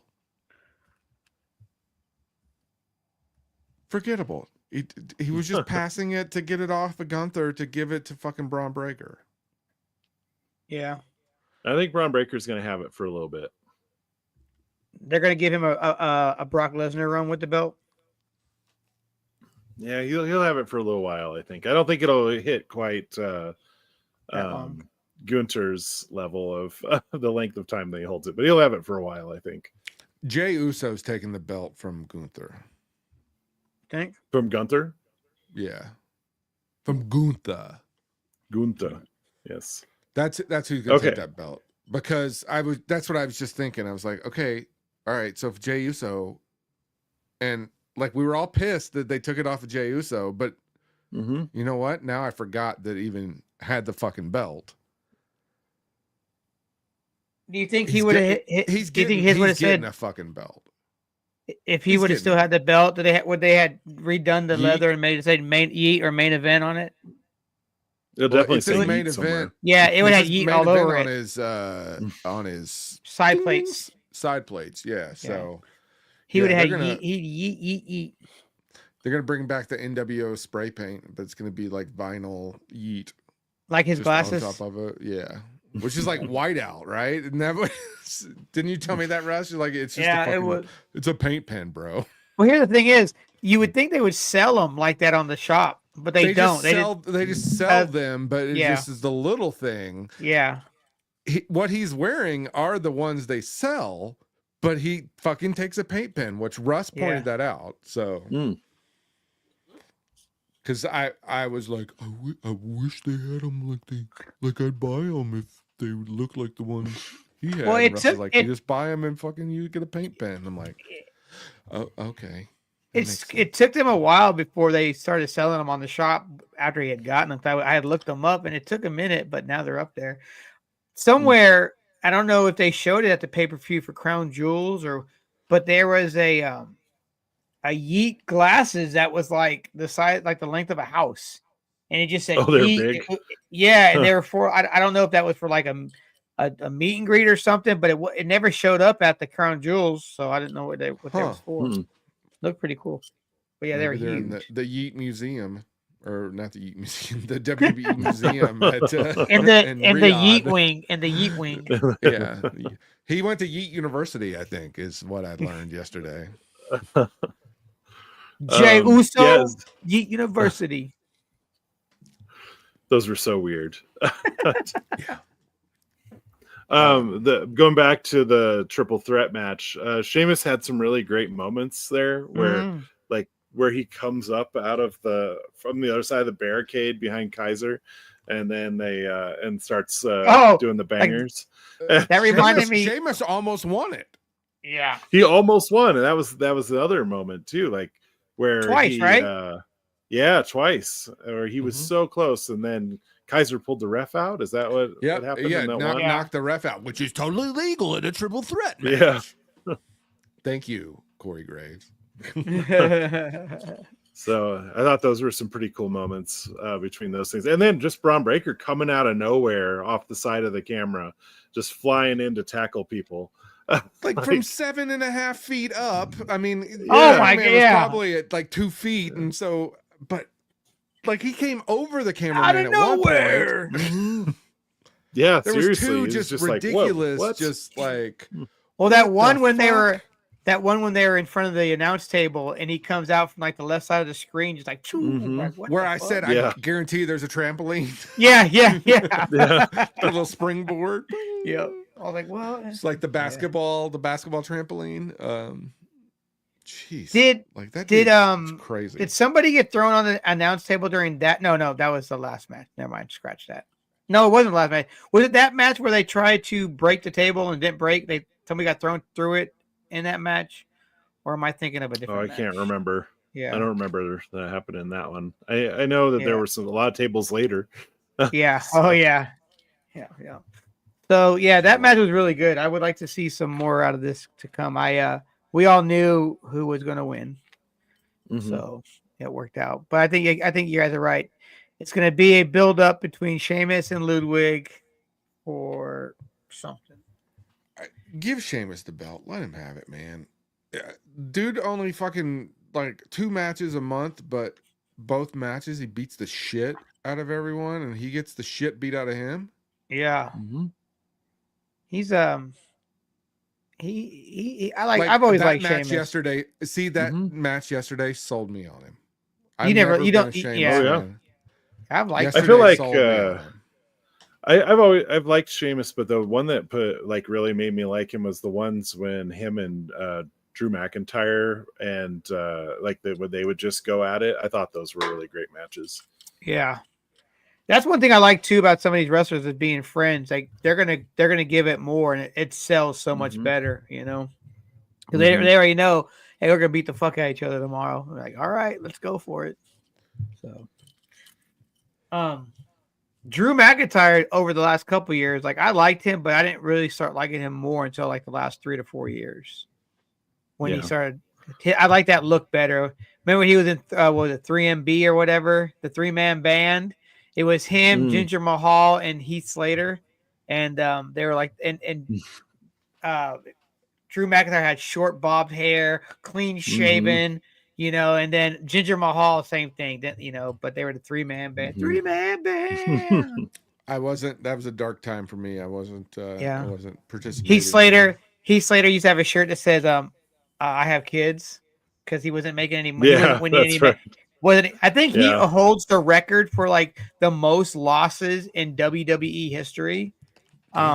Yeah, I think that was his run. He never won a match or something, but then he got those shirts made that says "I have kids" because he wasn't wrestling ever and he needed to make money, so he made those shirts "I have kids." But yeah. Anywho, so what do you guys give that match? I thought that was I would give that a B plus or A minus. I go B. Good solid B. Okay. I'm gonna go. If we're doing the plus and minuses, then I'm gonna go between an A and a B, and I'm gonna go. Motherfucker, you got two choices still. B plus. I know. I'm gonna go with the. Well, yeah, I'm gonna go B plus. Well, wait, just higher, B plus or B minus? B plus. B plus. B plus. I'm B plus. I know. So would a B minus be under a B? Yes. So it would be actually so then that would be a C. So it would be the border of a B stop. and a C. We're done. We're done. You know what? We're not doing done. minuses. Thumbs up and it's a thumbs B. down at this point. Like you've got demoted, Russ. Me and Jim can go on a scale, but you can only do thumbs up and thumbs down at this point. Sorry. Well, I give this one a thumbs up. I'll give it. Can we give it 2 thumbs up? No, one. Just one. What if it's like right, this? What was the next match? Next would be Damian Priest and Gunther. Yeah, what do you guys think? It was a good match. I was not I think into this it was as the much in the weakest beginning. match. This was the weakest match of the night. I could see that. Of all three, I agree. Or of all three of the non-war games. Yeah. Games. And it's not that it was a bad match. It was fine, but it was just fine, I think. It wasn't a stinker of a match or anything. It was just a good match. It was a good Monday Night Raw match. Maybe main event of Monday Night Raw. Yeah, it was a good match surrounded by a lot of really good matches. So by default, it just kind of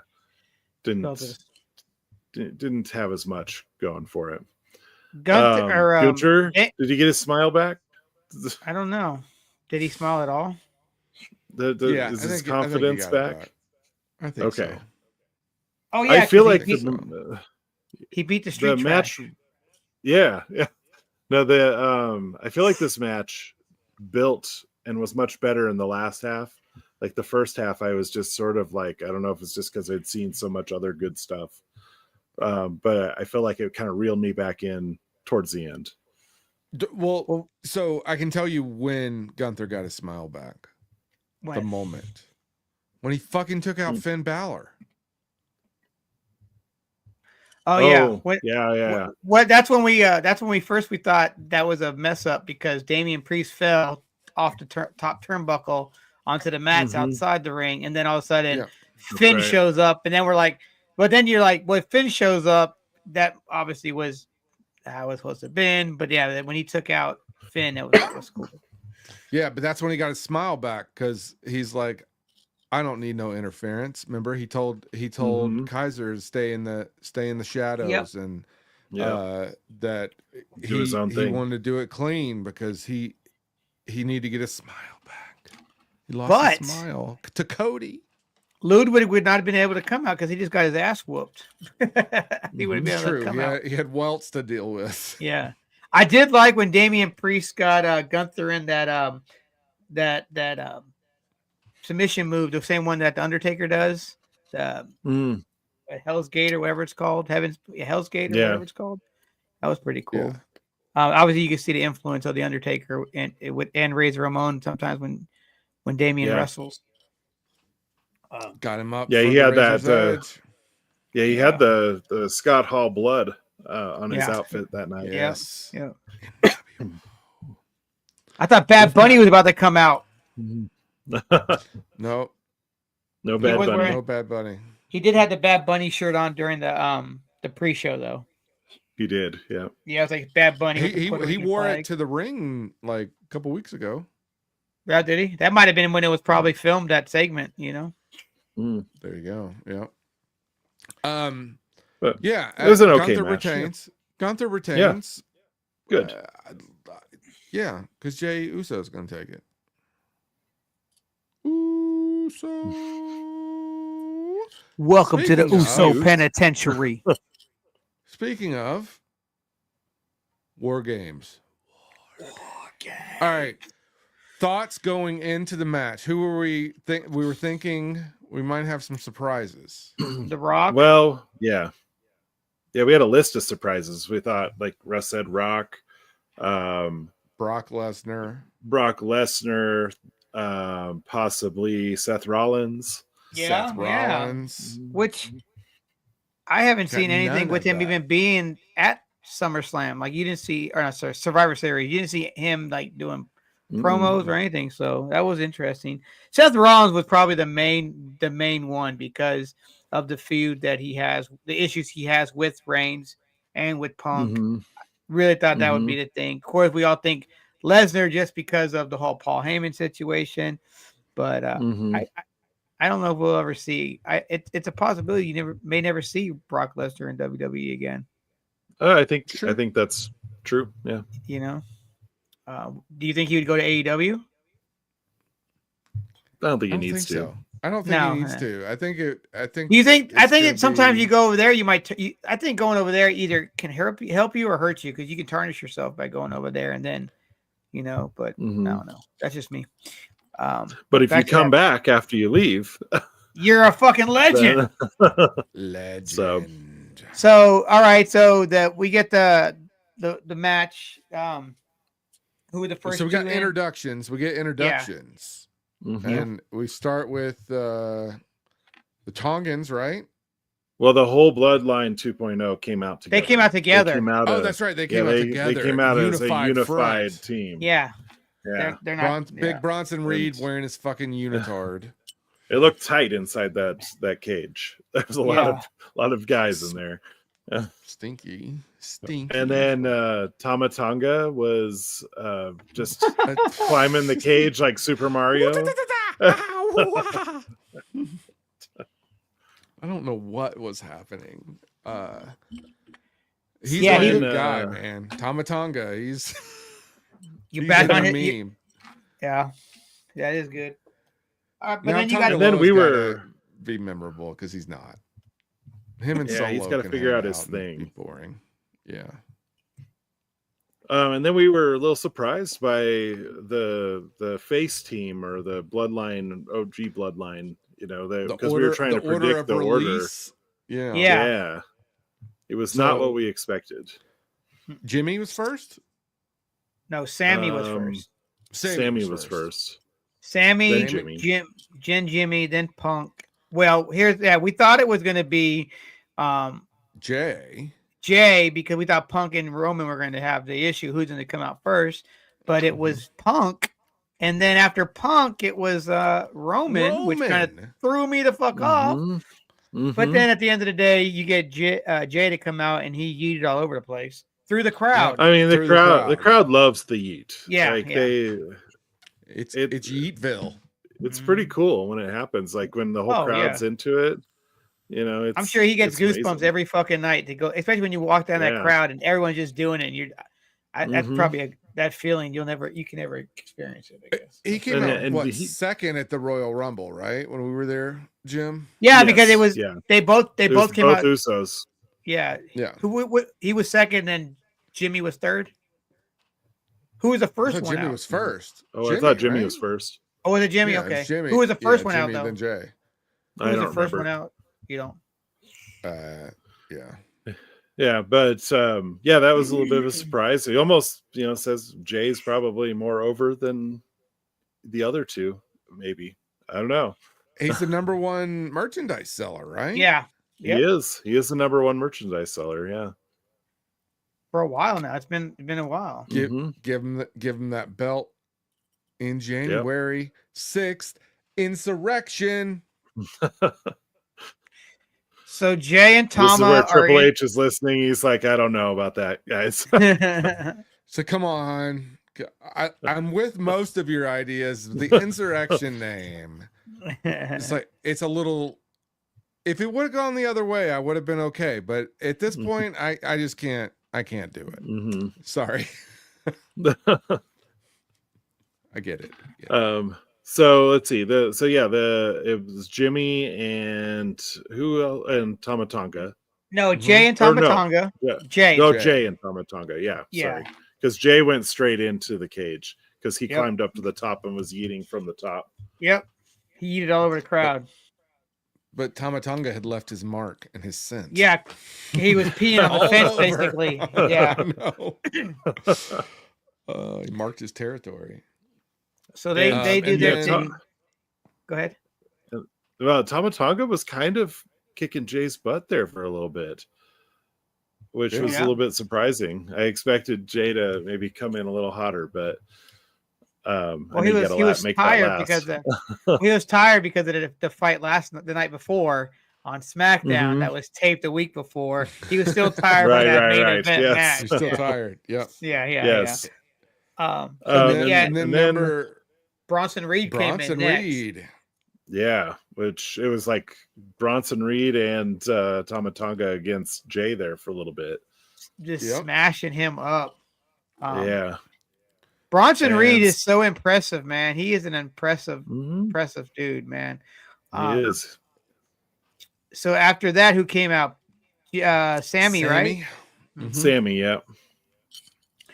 Sammy, I don't think there's nothing I really recall him doing that was like outstanding or that stood out to me.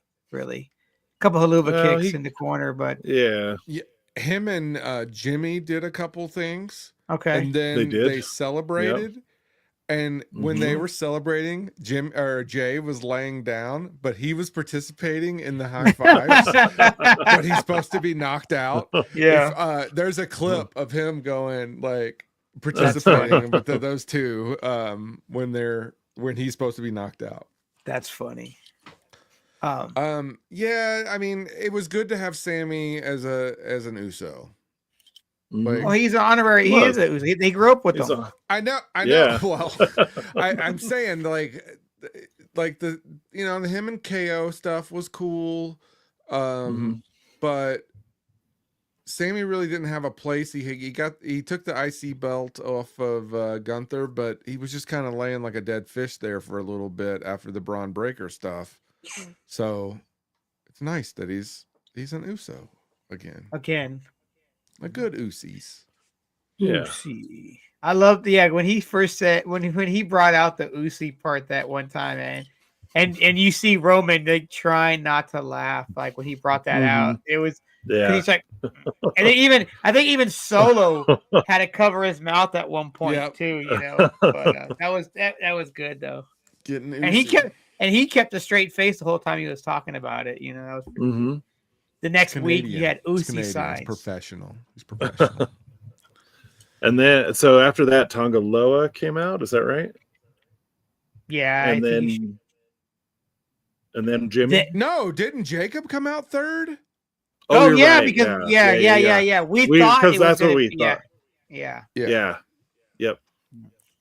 Fucking went in, just fucking put in the werewolf, man. Because what we were Yeah. thinking, Doing the way we were moonsaults. thinking, it was going to be the twin on twin action, and then Bronson Reed would be chilling, just watching for a second. But no, that other twin or the other brother didn't come out. You got Jacob instead. But yeah, Jacob. Yeah, man, that's right. Holy shit.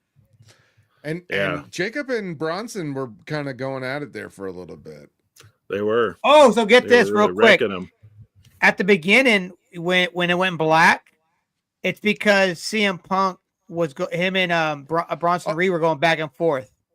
And that Oh, was really? not Okay. that was No, that not wasn't- scripted. no. That CM Punk just decided to go over there and Well, start cussing apparently they knew they were going to do it. Like CM Punk and Bronson Reed, because they're like boys. They knew that was gonna happen, but nobody else knew. Oh. And because if you so that was pretty. I like that. That was pretty good because they went black and they were asked about why did it go black, and they're like, well, because CM Punk. And that's all three pushed of us were him. like, oh shit. Yeah.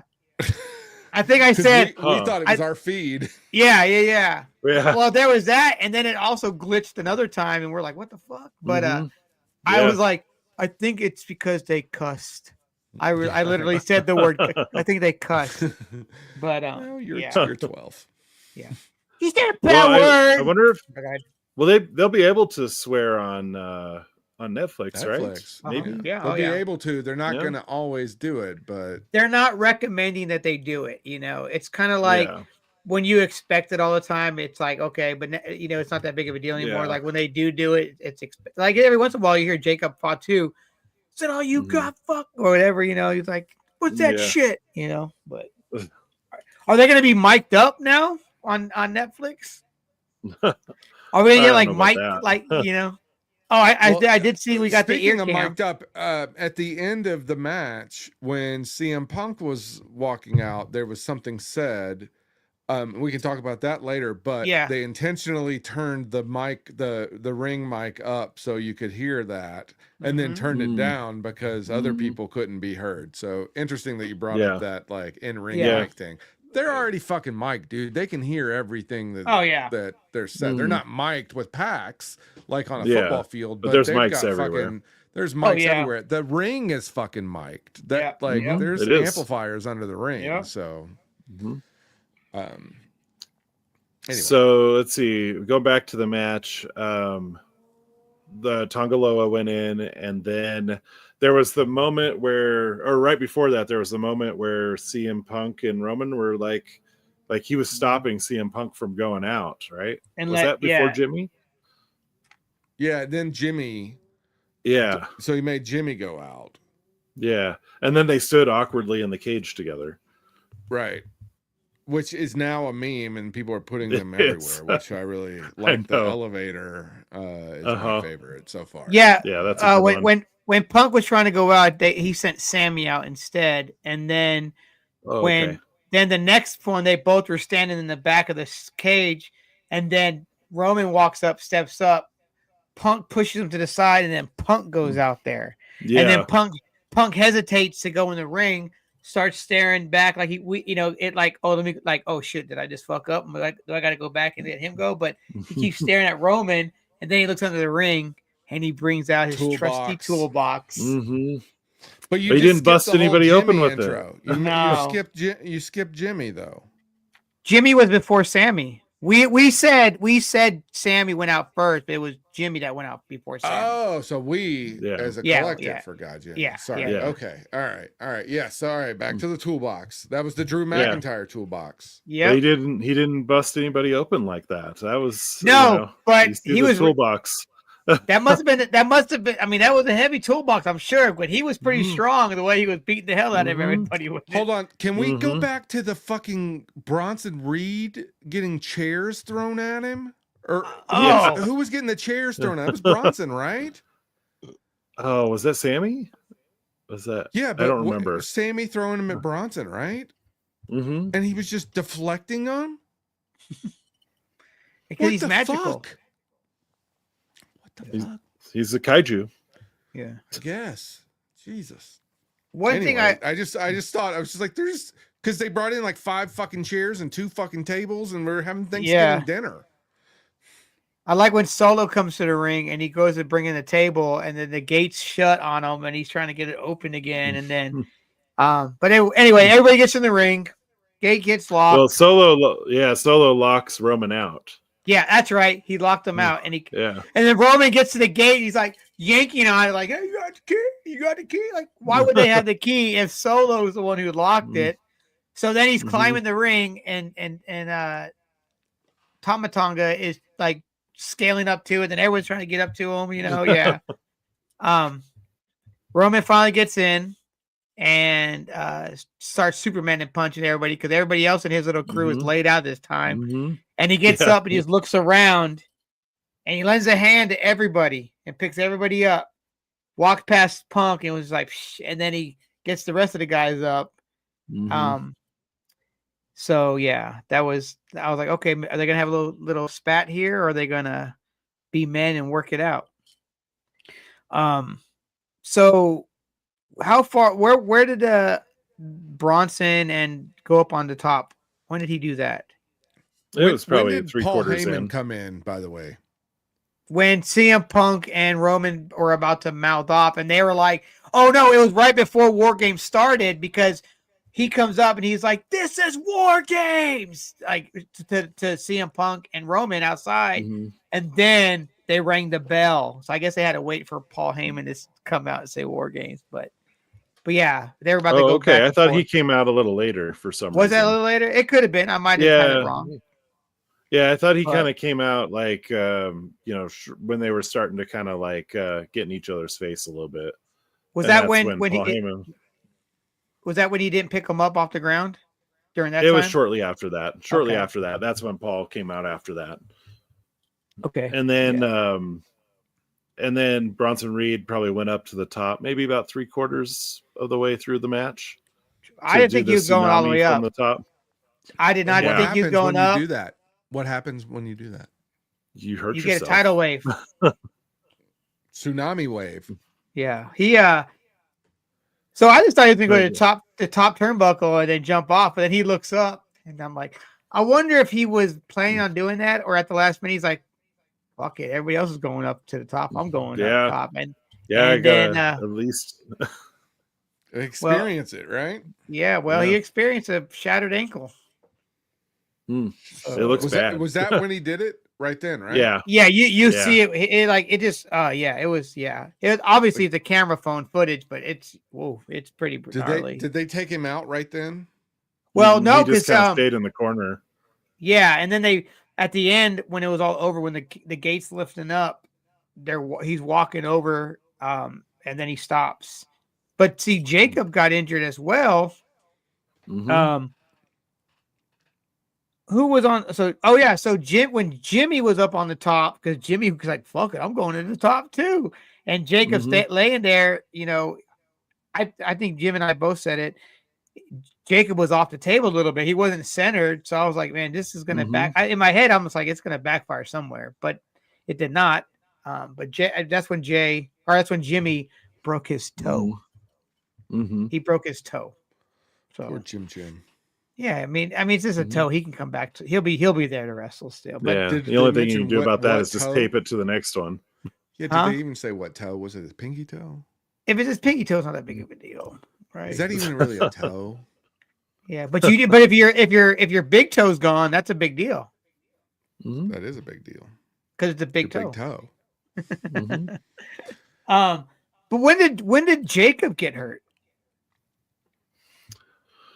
I can't remember, but there was a moment where he was just like did he go for a moonsault? It was right out. It was right at the beginning of towards the beginning of when he got in the ring, and he laid down there, and then Bronson Reed kept checking on him, and Little Flair came over and was checking on him, and then I remember he said that's a bad corner because that's the same corner that Bronson Reed got hurt in too.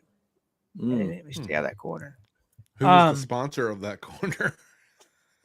Slim Jim was the last one. Yeah. Oh, yeah. That's why I said they all should have came out eating Slim Jims. Except for CM Punk's not a vegan. He's just straight edge. But yeah. Yeah.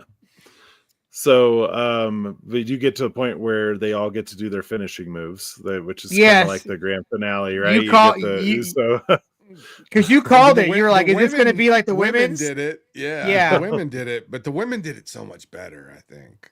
Oh yeah, the men was just too set. Because it's like they were all standing there and they're like, okay, everybody good, all right, yeah, okay, and let's go. And then it was like the end of a movie. Haluva kick. Yeah. Is that when the Haluva kick? Is that what sent him spinning, or was that the GTS? Oh, GTS. Solo GTS. Yeah. And then he got the spear. Yeah, that's right. That was funny. Ooga spear. Yeah.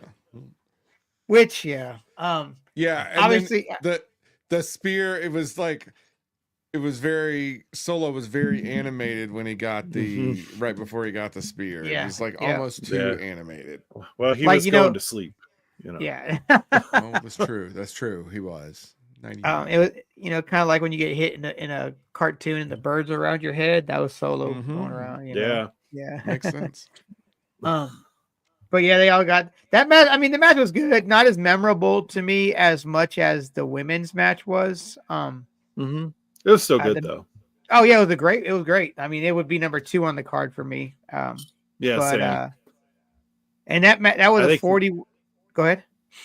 Oh, I was just going to say, from a storytelling perspective, I was really invested in that one, which I think really helped kind of elevate it. And I was expecting The Rock. Yeah. Show So up should we right talk about? then. So have we Disappointments? been? Well, have we been trained to expect more? Yes. Like they just delivered a really great show, and we were like, "But what about The Rock? Where's Seth Rollins?" You know, why didn't we have some other stuff? Yeah, I know. Which It's like because that's the story that's going on. Like, why wouldn't Seth Rollins come out? Why wouldn't The Rock come out? You know, Seth Rollins is the one that I'm more shocked about than The Rock, actually, because like Seth Rollins can't fucking stand Punk, can't fucking stand Reigns, but yet he didn't come out. I don't know. I just said and then The Rock and Bronson Reed. Yeah. Oh yeah, and Bronson Reed. Yeah, no, that is true. And they seem to like linger with the camera for a while, which ended up just being like a nice crowd shot or a group shot, you know. Yeah. And because it felt Punk like something was going to happen. Because Punk left, and then he came. Punk left and walked off. Then I think Rob was like, "Who's behind him? Who's behind him?" It was just Punk that came back out. Punk just came back because you're like now they gotta get that picture they could sell, and then they all did their Yeah, and it almost is like Punk forgot that was going to happen, or maybe they were like, "Oh, you know, the women did a victory pose on top of the cage. You better get out there and do something." Or maybe Punk was like, "I'm done, so I don't have to be part of this picture because I'm done with this whole situation. Like I'm just gonna be this badass still and leave." And then Hunter was like, "Go back out there, you know." I thought it was weird that he went back, and then it was just they just took a photo, and then all of us were like, then they like starting to do the recap. When we're like, "Oh, they just ended. They ended it so quick. There's no little the copyright thing pop up." What I did like though, when they were taking the picture, Punk weasels his way up between them and gets all up in the front. You know. Are we going to see a Roman Reigns? Because they had at the end there they showed them too. Even though they shook hands, they had the picture. They had them framed out with them two looking at each other. So I don't know. I'd like to see that. Or even I mean, like I said before, he was CM Punk made the blood. I mean the what the hell were they called? What were they called? Dean Ambrose and Seth Rollins. The Shield. Maybe it'd be like a three-way between those three. Him and Reigns and Seth Rollins and CM Punk. That'd be kind of cool. Yeah, maybe there's a situation where Paul Heyman says, "Hey Roman, he helped you. Now you got to go out there and help him." Whether it be Seth Rollins or somebody. Yeah. I don't think Roman's gonna go for a belt for a while. I don't think he needs to. Yeah, I don't think he needs to. So I like this idea of like him invested with CM Punk. So we're still gonna have a bloodline. We'll still have a good bloodline and a bad bloodline. But here it comes. Why didn't we have The Rock? Because The Rock only cares about Cody at this point. He's coming for Cody. The Rock fucking takes Cody's belt at WrestleMania. And it's revealed that he is in charge of Solo's bloodline. And now Jimmy has the belt from Gunther that he got. Jimmy or Jay? Jay. Sorry. Yeah. Jay. So the good bloodline is Jay as the leader of the wrestling part of the bloodline. But the tribal chief is not necessarily, he's still your tribal chief of the bloodline, but he's not the champion for wrestling. Is this making sense? So he's separated there, but now we've still got that bloodline story going for another year. And then Roman Reigns, somehow there's a battle royale of all the bloodline members, good, bad, indifferent, because Jacob's his own thing at this point, just running through people. He's not with Solo. He's not with Roman. And then there's just this fucking crazy thing, and Roman ends up winning, and then Roman has both belts again. long-term storytelling. What do we think? Because it's still out there. What did Cody get from The Rock? Tickets to Moana. Moana wasn't out yet. They weren't even filming it then. But Moana 2, bro. Moana 2, the animated one. What did he give Cody? What did Cody get from The Rock back in February, March? You know, a key to a hotel room in Las Vegas for WrestleMania, because you're not going to be headlining. Yeah, that's still, that's still something too. You know, because hell, some of these storylines, we're getting some of the answers 5 years later. We're getting the answers on some of this stuff. So we never find out. Well, hell, I think we're gonna get some John Cena CM Punk storyline coming back from. That's what I think about. Yeah, I think CM Punk too is also like. I feel now with WWE, he's probably just like whatever. It's business. It's business. He likes making money. Yeah. I'm here. I ain't here to make friends. I'm here to make money. Well, you have to realize, what is he really? I mean, honestly, what has he done since he left WWE? Like up until sat around his for AEW return. Sat around for 10 years writing comic books and being in movies. That's about it. Yeah. He could afford himself. Wrestling afforded him the right to sit around and fucking do that.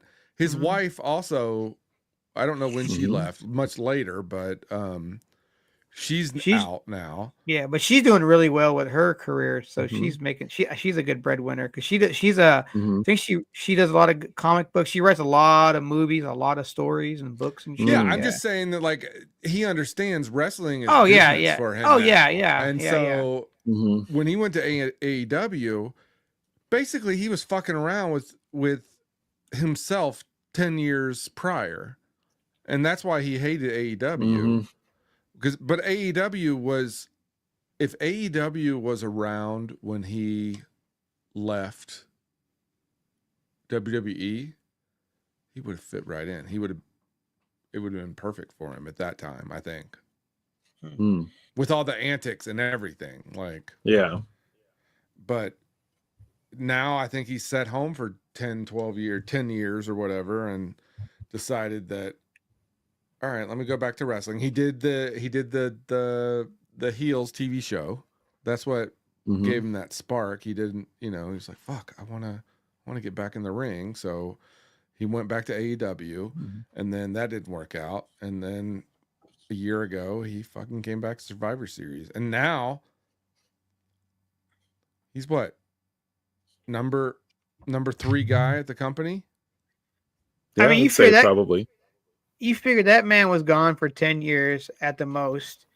And even when he wasn't wrestling, his name was getting chanted everywhere he went. Every time they came to Chicago, they're yelling CM Punk. No matter what, like he still had those people, there's still people loved him out there, for that 10 years, they still did it. And he can play, he doesn't have to wrestle at all. He can just come out, do a spot, and people go fucking apeshit for the guy, Yeah, just talk some trash and he's good to go. He's likable, whether he's a jackass or not, he's likable, But yeah, I don't think, like I said, I don't think he's going to be doing anything crazy. He maybe get a belt, maybe not. I see him eventually in the long run, probably going down to NXT at the end and doing some stuff for NXT. Well, he just wants his WrestleMania main event. That's all he wants. He never said he wanted a belt. He said he wants a WrestleMania main event. Yep. And him and The Rock. No, what? Who were we just talking? The feud, him versus Roman Seth Rollins or Reigns. Well, I think him helping Reigns, like them doing a tag team, and then he turns on him. And he goes, I'm the OG Paul Heyman guy. And Paul Heyman looks over at Roman and goes, I'm sorry. But it's clobbering time. And then he walks away. Yeah. And then they fucking bring back the 24/7 belt. What? Just kidding. All right. I mean, yeah, I was a little disappointed last night when I just expected and that's my fault. That's my fault. No one it was perfectly great 5-match PLE. I enjoy the 5-match thing. 3.5 hours is good for me. But Yeah. look, we got Saturday night's main event coming up. We have January 6th, formerly known as Insurrection, coming up. We have fucking Royal Rumble is coming up. Yeah. We got another Saturday night's main event coming up. We'll go into Elimination Chamber. We've got John Cena back. We've got The Rock possibly doing stuff, which we assume.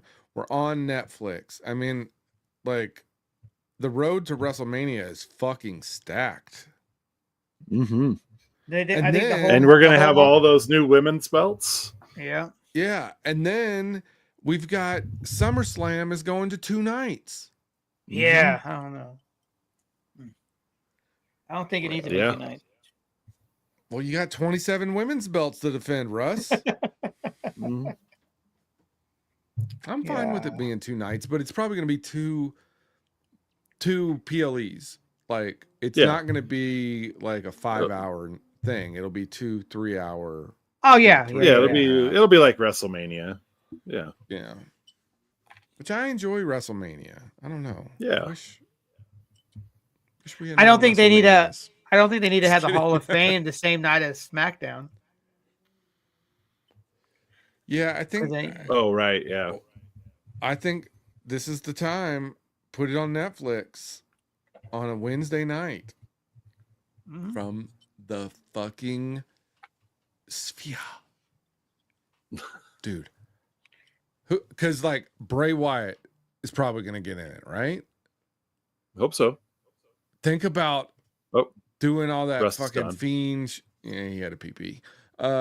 Think about all the fucking Fiend and all the shit they can fucking show up on that fucking. Oh, yeah. I mean, are they going to put John Cena in this year?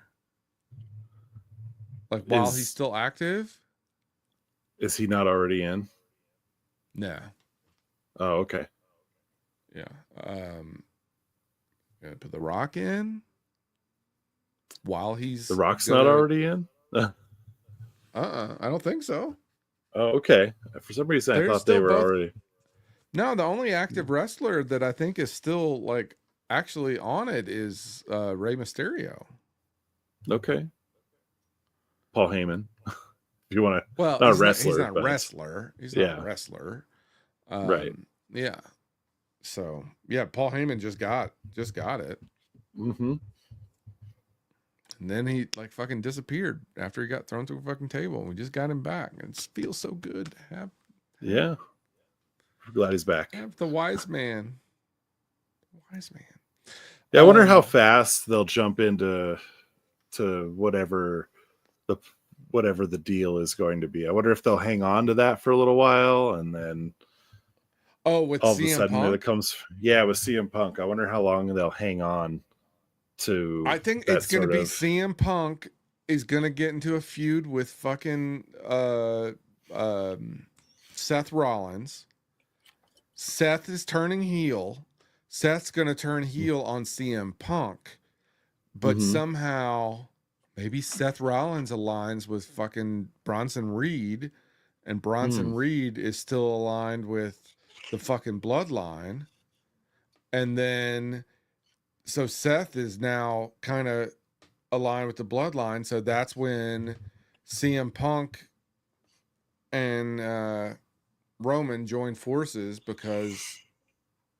but then it becomes a bloodline thing as well. It's because of Seth Rollins and Bronson Reed, but then the bloodline comes in and then it becomes, see, it's all coming together. Russ, go pee more often. We worked out fucking WrestleMania. Well, check this out though. How long are you going to be out with a shattered ankle? You got to fucking reconstruct that shit. I'm saying 6 months, dude. He's probably out till Mania. He probably comes out at Mania. Wait, who? Bronson Reed. His ankle is shattered. Oh, okay. But Yeah, he'll be out for a bit then. and he's not a small dude either. Rebuild that So shit. Like they're gonna fucking go Yeah. in with like, oh, it says They're gonna- 6 to 12 weeks. Yeah, they're gonna have to put some screws in that. Shit, they got Plates. the yeah. So real quick too, another person we didn't see at Mania. I mean, at Mania had a Survivor Series was Dominic didn't make an appearance out there when Yeah. you know. no. And there's one other person that I just realized I didn't see. There's Dominic wasn't there, and No Why do you Cody think? references. no, nothing No about Cody. Cody. Yeah. I mean, we've Interesting. been kind of inundated with Cody ever since he went to finish his story. Mhm. Cody, I'm since okay- he I mean, like I'm all for Cody. Don't get me wrong. Like, Mhm. you know, I'm pro Since- Cody. since he's been back, he's been on TV almost all the fucking time. You've not seen him out. Mhm. Even when he had that torn pectoral muscle, and he still fucking fought Seth Rollins in that Mhm. cage that was kind. Was it what that cage had like a? It was like a cage with a ledge and then another cage or something. It was weird because Mhm. Hell in a cell. I don't know. Yeah. Was it a hell? Yeah, it was Hell in a Cell. Yeah. Yeah, okay. Yeah, it And was. then Yeah. he had that toward his doctor was like, it can't get any worse. So he's like, all right. And then we took his jacket off. You're just like, oh, that hurt me, you know. Yeah. But that was a really good match. That was a really good match as well. But yeah, but he's like I said, since have he's that been back, figure. I have the figure of his the torn big, leg. yeah. The Bruce Peck. Yeah. He's been back 3 years now? 2 years, 3 years? How long has he been 3. back in WWE? 3. Yeah. Yeah, Because his first WrestleMania was the Hollywood one, right? It was he popped out. He was the surprise opponent for Seth Rollins. That's when he came back to Mania. That's Okay. right. Yeah. And then he won Oh, the yeah, last two that's Royal right. Rumbles. Yeah. Yeah, That's and then right, the next year because he fought Roman. Because he Yeah. left he left AEW, and literally a week later he was in WWE because he had Mhm. no clause in his contract when he signed. And that's the one thing about some of the earlier wrestlers that signed with with AEW, it was in their clause that they can leave and go somewhere else right away. So that's why, you know, like Chris Jericho and the Young Bucks, they could all do whatever the fuck they want when they leave. Are the Young Bucks still AEW? They are, taking but I time don't think they're away. doing anything. They Yeah. stepped away from TV for a little bit. Yeah. Yeah, well, they're just not. Well, they're EVPs, so I assume they're involved somewhere behind. Yeah, the there's scenes. not on TV. Yeah, there's not on TV. Yeah, And I think one of then- them's wife is responsible for merch with them now, Oh, really? or Oh, what, yeah. or was. I don't know. Maybe she's not anymore. I like how Cody will reference every once in a while. I miss my office because he used to have that office at the at AEW. Jaguars. Yeah. Mm. Now he's So got I a didn't bus though. that bus is pretty Bus. cool, man. Except it's got the Mhm. weird power strip. She's got a weird power strip hanging under the table. Table, yeah. It's like off center. Yep. It pisses me off. I Stuck didn't on realize the that Velcro. the 24/7 belt has been gone for 2 years. I thought it was like earlier this year that it went away, but it's been gone for 2 years. Oh. How did they get rid I of didn't it? even miss it. No, November 9th of 2022 is when it went away. What? How did it go away? They just In August 2022, prior to championship retirement, Bleacher Report stated that the title was ultimately unprestigious as it was mainly used and defended in comic segments. Triple H Mhm. moving the company, so what? Yeah, it doesn't really say how they got rid of it. oh, I wish I would Triple like H to is know. just over it. Yeah, he's like, you know what? Yeah, but I mean, it is true. It was for comic relief, you know, because I mean, hell, Yeah. the people that won it, you're like, what the fuck? The first person was Mhm. Titus O'Neil. Mhm. Then Robert Roode. R-Truth has held it the most times. didn't times. like Linda McMahon or someone hold it? Like The most random Yeah. person to hold. It was like a football news player. yeah. Oh, Pat Patterson even had it. Yeah. Yeah, Jerry Briscoe had it. Kelly. Yeah. I think you might even had it one time, Rob and Jim. You guys probably even had it. I don't see your name on the list, though. We shared. Oh, you guys share? I mean, first chance I would get, I would go for it. We had to share custody because somebody had to be awake. Like we had to do 12-hour shifts. Oh, just so you guys know, Mayor Glenn Jacobs had it. Oh, yeah, he had it when he was the mayor, not when he was king. I could see you guys like doing your guys' been trying to meet you podcast, and you guys are just sitting there fighting over the belt during like, hey guys, you guys can come out. Just going back and forth from one screen to the next. Yeah. Then they'll know you're in this. They got to figure out how you guys are getting to two different buildings at one time because you guys aren't in the same room. We're not separate rooms. So right, I'm gonna say that was. We got. Oh, sorry. Go ahead. No, I'm gonna say thumbs up. Just one. You only get one. Hey, just one. Sorry. Santa Claus won the belt too. Sorry, I'm just going through the list. Here's your one. Oh. So good guys won. So Russ, you were gonna say before we start putting up thumbs. Oh no, I was gonna do that. So I was gonna say but I forgot I can't give it a rating, so I just thumbs. That's what I was gonna say. Yeah, because you broke the rules. We might. I'm sorry. Back next PLE. All right. So I think it was a really solid event overall. Great matches. I mean, even the ones that we didn't rank as high were still pretty good. So yeah, there was no stinkers. Like everything was good. The war games were good. Do they always have the 2 rings in there? Yeah. Okay. For war games, yeah. Yeah, I mean, I know it's always 2 rings, but for some reason I thought they brought it in. I don't know. No, I would think that because they're held together. That plate there is held together. If you before the entire bloodline on it. The pre-show they were talking about like I said, they were talking about like how Dusty had the vision for it, and it was like in the early 80s is when it first came out.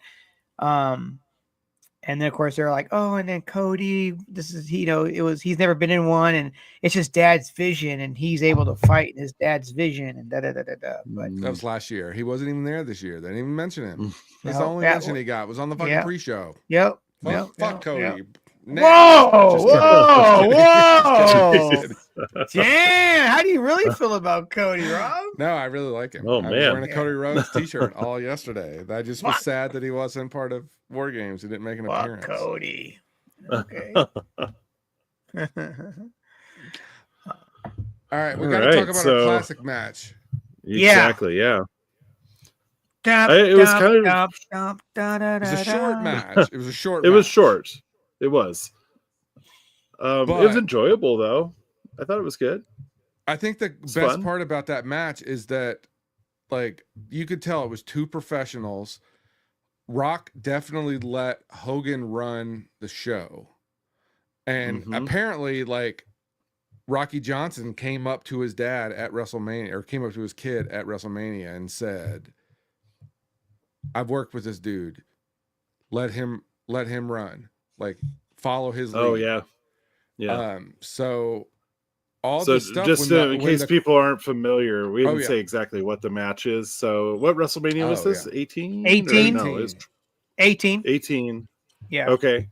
And it was X8. the match where The Rock and Hulk Hogan Icon Hollywood. Yeah.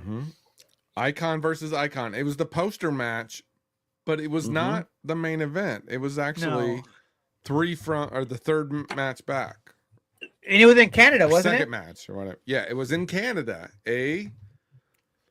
So Chris Jericho was the main event. Makes sense, Canada. And he was like, you know, the guy at the time. But no one expected The Rock, or everyone expected The Rock to just be the guy. Everyone, because he was the dude at the time. They thought Hogan would, get some vanity cheers, but mainly it would be boos because he was Hollywood Hulk Hogan, not the immortal. He was Hollywood. And there was a little known storyline where like Scott Hall and Kevin Nash were beating up people at the same time. Yeah. The Rock and everything. But when they got out there, the crowd loved Hollywood. Canada Yeah. loves some Hollywood Hulk Hogan. They were all about Hogan in that. So because before the match, a little bit. yeah, exactly. Because they were talking about that before the match. They were like, if it goes this way, this is how we're gonna do it. But it didn't go the way they expected, and they were like, oh man, Rob, I can hear myself. Yeah, you're coming through the It's headphones. annoying. It's like when you were going to the bathroom last week. Yeah, that's why I muted it. But no, so in the middle of the match, they had to change the way that it was going because I think the crowd they didn't expect the crowd to go Hogan. They thought the crowd would go Rock. But yeah, I thought it was a good match. I think it's probably Hogan's best match when he came back in WWE. Yeah, one thing I noticed was the way that Hogan would do the back rake. It's kind of like today the modern chop. It's like the chop is just it was funny because Rock would do the Rock chops, and Hogan would do those sort of double-handed rake thing, and I just thought that was interesting because it looked like a generational thing in the way that they were wrestling. And it's basically just making them blood vessels pop up a little bit, making it red, getting you frosty. I like it. Because Hogan did that move a lot to the Ultimate Warrior when we watched that other classic match, so it's kind of his go-to. And Hogan was injured during this match. Yes. Rikishi, the Bloodline took him out. The Bloodline was taking out people back then. The Rock's in the Bloodline. Rikishi's the Bloodline. Yeah. Fuck, man. Well, it's funny because at WrestleMania, actually started with Rikishi. Yeah, it was him and Scotty Too Hottie. Yeah. Yeah. That was cool. The King's kid. Jerry the King, yeah. Yeah. Oh, okay. I think so. Scotty Too Hottie was? Yeah. Oh, okay.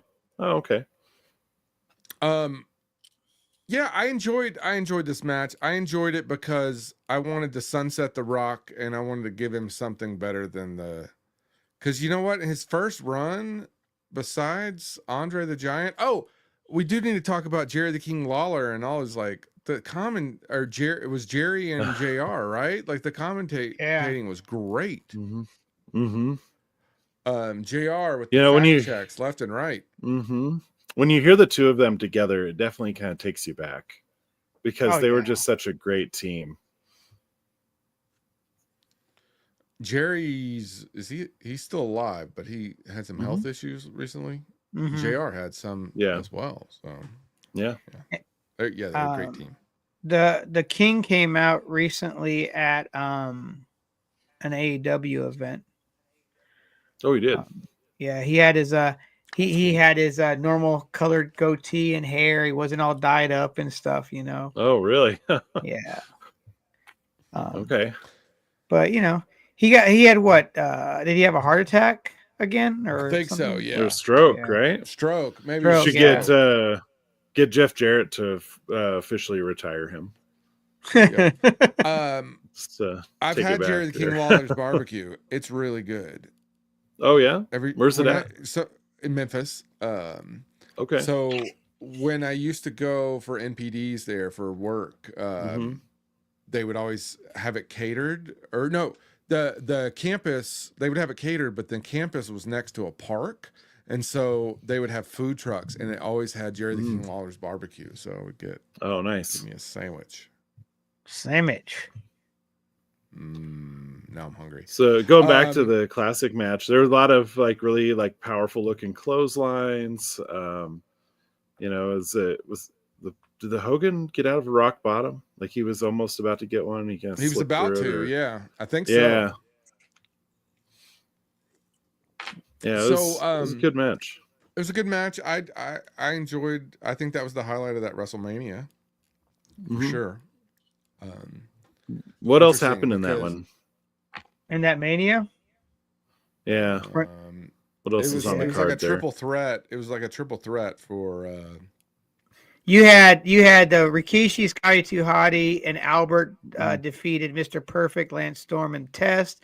Rob Van Dam versus William Regal, singles match for the IC title. DDP defeats Christian for the European Championship. Maven versus Goldust ended with Spike Dudley pinning Maven for the Hardcore Championship belt. Kurt Angle and Kane just in a singles match. Undertaker defeats Ric Flair in a no DQ match. Okay. Edge, Booker T. Oh, Stone Cold beats Scott Hall with Kevin Nash. So that also played into that. Yeah, because at the end of the match, they come out and they beat down Hogan, right? Yeah, they beat down Hogan, right? Yeah. But then there are the Four Corners elimination tag match with Billy Gunn and Chuck Palumbo, APA, the Dudleys, and the Hardy Boys. Okay. So that'd be kind of cool match. It was only $13.50. That's not a long match, though. Oh, Triple H beats Chris Jericho, and Chris Jericho had Stephanie McMahon with him. Okay. Yeah. So of course Triple H won that match. Yeah. But and it was a singles match for the undisputed WWE Championship. Yep. So there you go. You lost it. So yeah. What's your pick for a classic match? Russ is up, right? Yeah, I got two though. I got two, and you guys, I'm gonna give you the year, and you just tell me which year you want. All right, 2011 or 2013. Let's do 2013. All right, CM Punk versus Rob, John. does that work? Yeah, that works. All right, they're both the same match, but just different dates. So it's CM Punk versus John Cena. Raw, February 25th, 2023. You're gonna have to text me that. Yeah. So a Raw match. Is that the pipe bomb? Is that the pipe bomb? Yeah. No. But this is no, because he left after a pay-per-view when he won but he left after a pay-per-view. But this is the best CM Punk John Cena match. Okay. And then that other match was the second in the thing. So because I was like, I had this pick last week. I was like, I want to watch this match because I've been hearing about it, and I'm like, let's just do that one. So all right. I just sent it to you guys. Cool. So John Cena, CM Punk, Raw, February 25th, 2013. It's like a 34-minute match. Oh wow. Okay. Yeah, we didn't get matches we don't get matches like that on Raw and SmackDown these days. That's like 2 commercial breaks too. Yeah. No picture-in-pictures back then. Yeah, no. Yeah. So yeah. No, this would be widescreen. So this is gonna be HD. This isn't letterbox. Yeah. So Attitude actually, Era no. is when we got like all the letterbox. Or I mean all the black lines 4x3 when you watch them now. This match also is that it determines the number one contender to face The Rock for the WWE Championship at WrestleMania 29. Okay. It's 26:35. That's how long it is. So the other one was the 34-minute one. So but yeah. Oh, okay. Cool. So yeah. All right. Well, we got Raw tomorrow. Yep. Yeah. And we got see what sort of fallout happens. CM Punk is opening Raw tomorrow. And we got the New Day, right? Yeah. Yeah. Do you think we'll hear anything about Jade, or is this going to go on a little longer, you think? Jade's a SmackDown. We'll hear about that on SmackDown. Okay. Right? Or is so that... you think Friday? I think Friday. Yeah. Well, we won't hear about her because they're going to talk just about they're going to just talk about the matches and shit. They're not... Yeah. Adam Pearce already announced everything. He announced like 3 matches, and I forgot what they were. He did Friday? it on his or for Raw? No, for Raw. For he Raw. already announced it. He announced it on his Instagram today. Oh, okay. Yeah, he's like, CM Punk will kick off, and we're gonna hear from him. And then you guys wanted it, and you guys got it. And I'm like, what did we get? I can't remember that match now, but apparently you didn't want it that hard. Yeah, I didn't mean to say you won it, you got it. I wasn't trying to promote it. All right. Well, until next week. See you guys later. Deuces. Holy shit. All right, sounds good. 2:34. I know. Yeah. Someone's got to pee. Should All just right, do what see ya. I did.